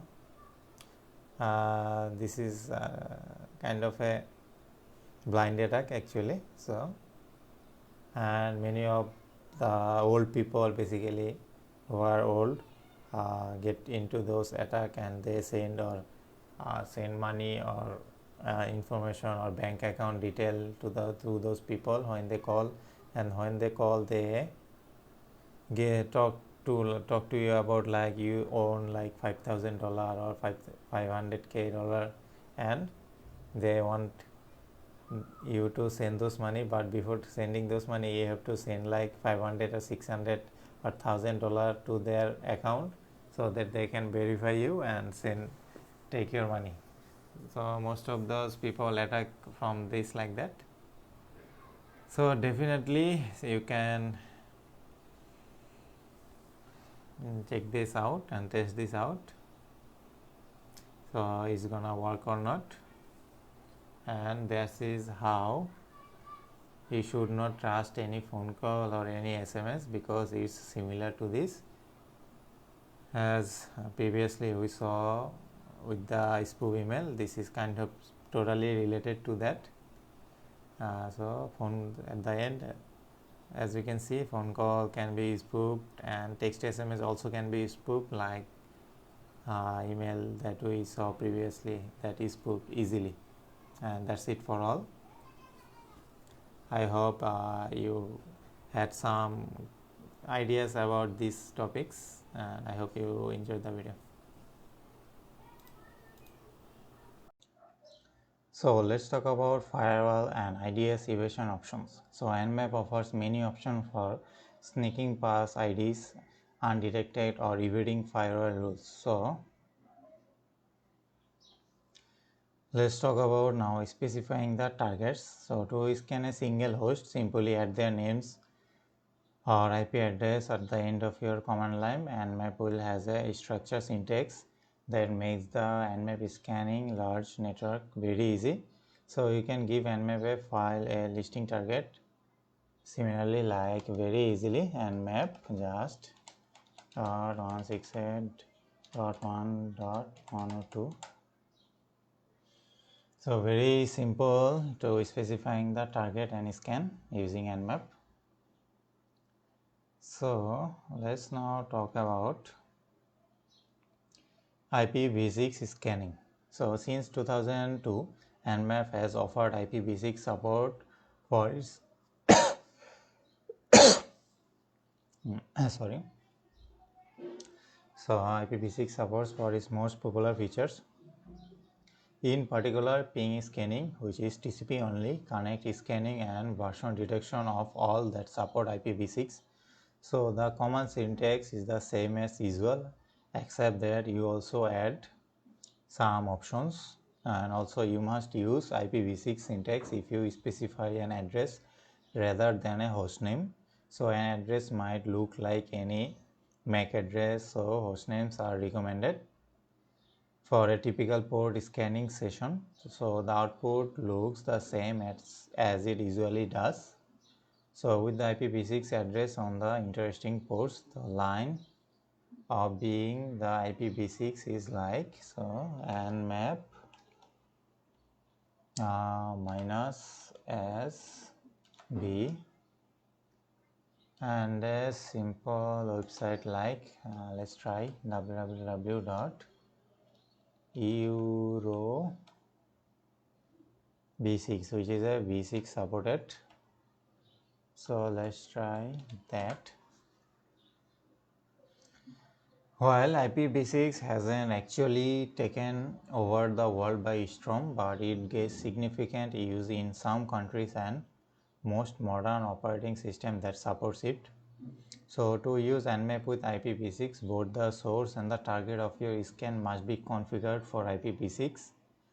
If your ISP, like most of them, does not allow IPv6 address, then the free tunnel broker will not work. And as you can see, these are all of those that are supported the IPv6. As you can see, lots of ports are open in here like SSL, SMTP, IMAP, HTTP, FTP, and service host are this. So a system that doesn't support IPv6 don't always have their IPv4 or, and IPv6 firewall on. So that's it about IPv6. So let's now talk about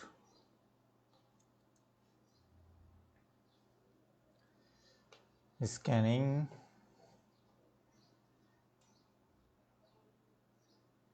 using ping. So I want to estimate latency to this machine so that Nmap will know what to expect. So this isn't required, but fitting Nmap appropriate timing value can speed it up. So this is particularly true for single port or single port scan. So Nmap does not receive enough responses from each host to accurately estimate latency and packets drop rate. So I will help it out on the command line. So my first thought is to ping their main web server. So let's try to ping it. So let's try this playboy.com. So let's this a test to see if it's work.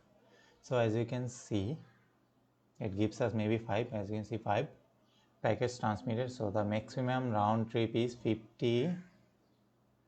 5 packet transmitted.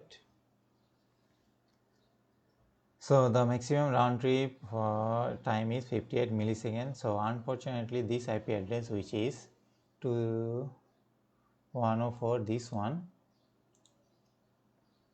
is not within the net block so that I wish to scan. So I would normally add this new net block to the target list, but I have already decided to limit my scan to the original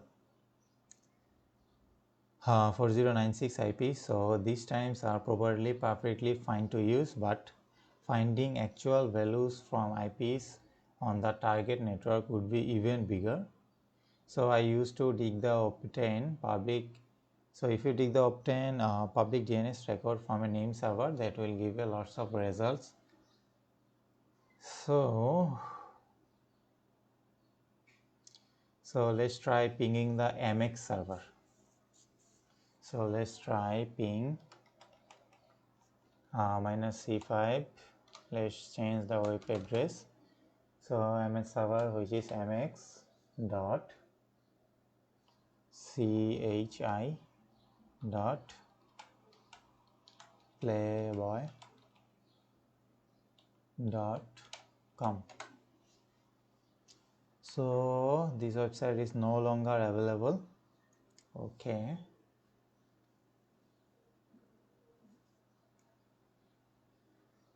So if this was available, or this was due, the DNS recovery will reveal the MX server within the target. Since these are the defined region, they aren't match. So we try another one. So let's try hping 2.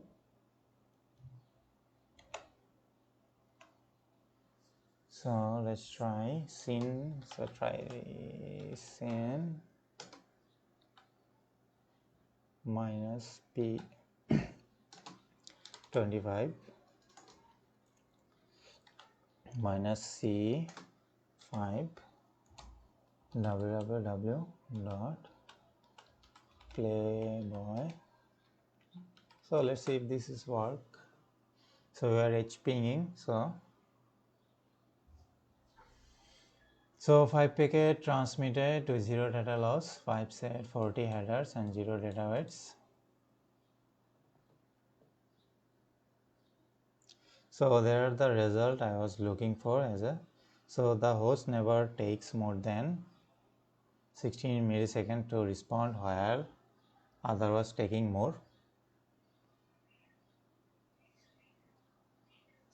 So this is not surprising given that I am proving from a machine in California, but it pays to be cautious, and the latency can be increased during a heavy scanning. So I decided to let Nmap wait up to 200 milliseconds to respond. So since I value minimizing computation time of the whole scan over minimizing the amount of time before the first batch of host result that return that you can get. So after all of those, the only two accessible web servers are found like couple of the IPs. Sometimes this happens and sometimes this happens with now host address, even though this is a working host, but sometimes it doesn't recognize. So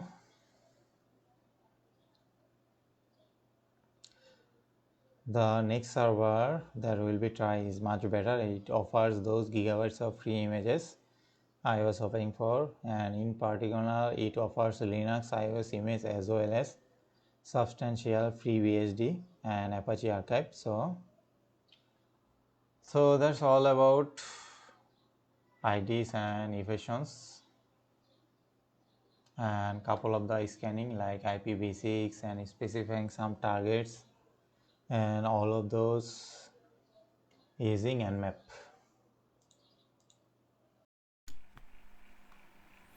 Hey there, in this tutorial I will show you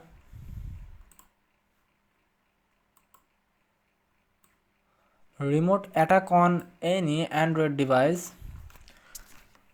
So first, port forwarding for Android app development. Having a server that an Android app needs to connect to is quite common in the app developing world. The tools and libraries to do so are mature and there is an abundance of resources to learn how to do that. But until you end up with a deployed server that is globally accessible, you would probably need to do some local development. In my case, I am developing the server on my machine and the app on an actual test device. What happens when you try to connect from the app on the test device to the development machine where the local server is running?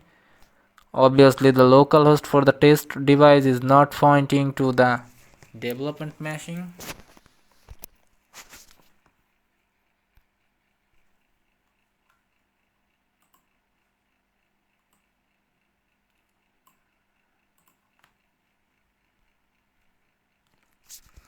The ADV way, you can tell ADV to forward a test device port to a development machine port. That's it. All call to 127.0.0.1 from your Android test device will be forwarded to the development machine's port 8080. Just keep your local running server running to reply to the connection request. These redirections are active as long as the device is connected. When you disconnect the device, you would need to run these commands again in case you want to remove either one. All the reverse redirections or list the active redirections run respectively.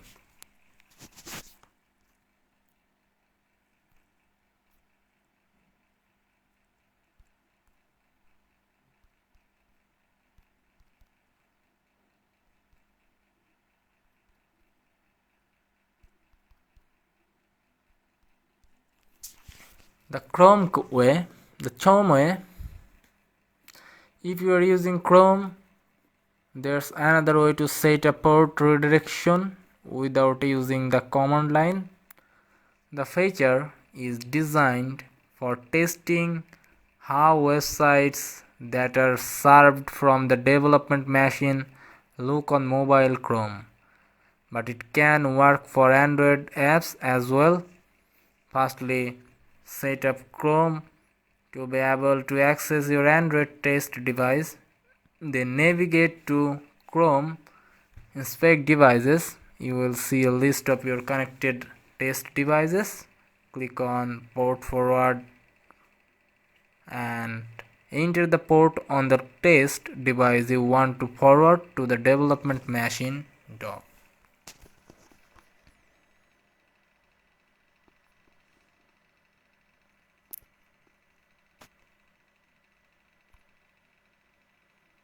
How to hack Android phone remotely.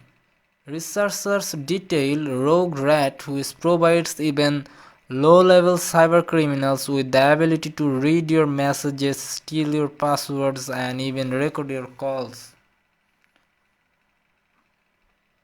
So, 8 is Salat for port forwarding.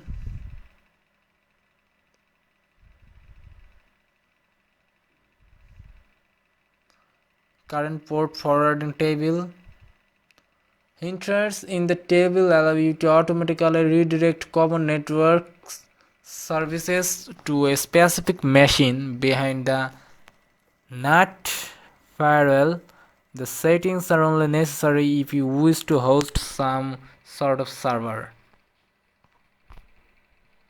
A new combination of two older types of malware which provides hackers with access to almost everything user does on an Android smartphone is up for underground formers as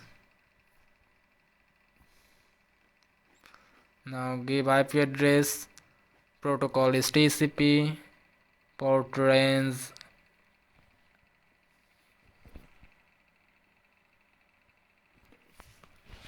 5555.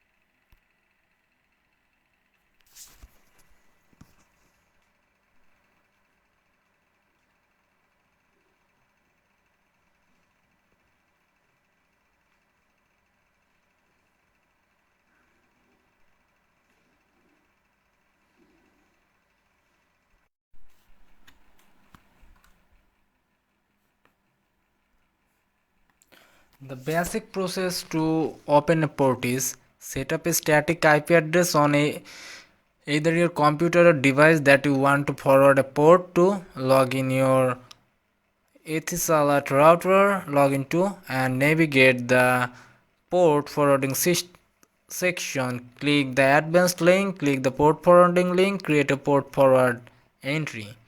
While these steps might seem difficult at first,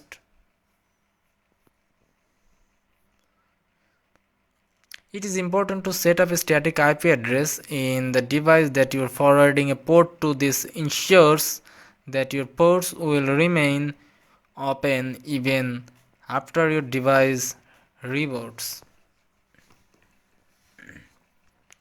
Recommended our free program will set up a static IP address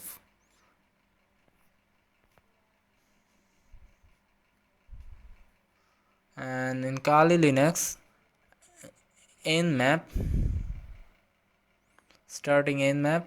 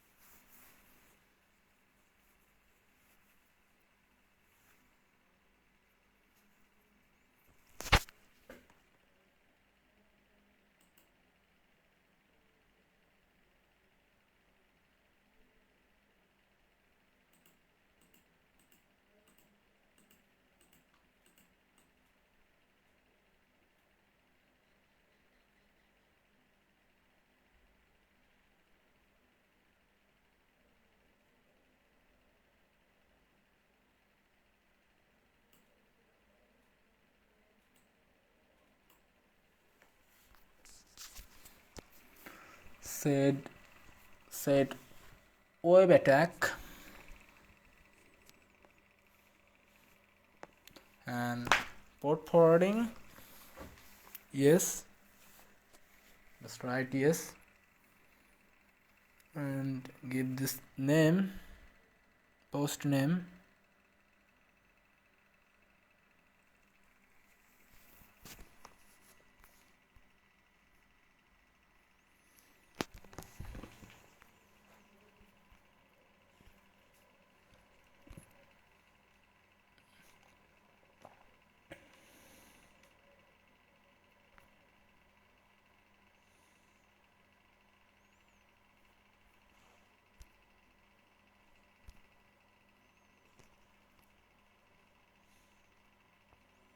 Select a template, Java required.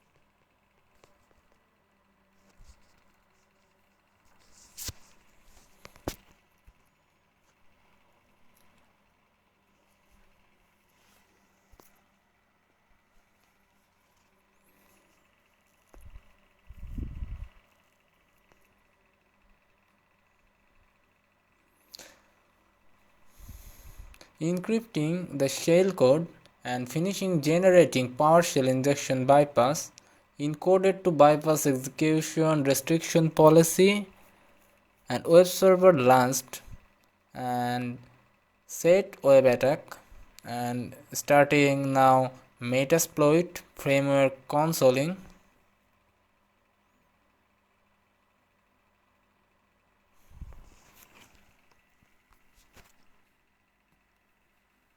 Access the main security grid.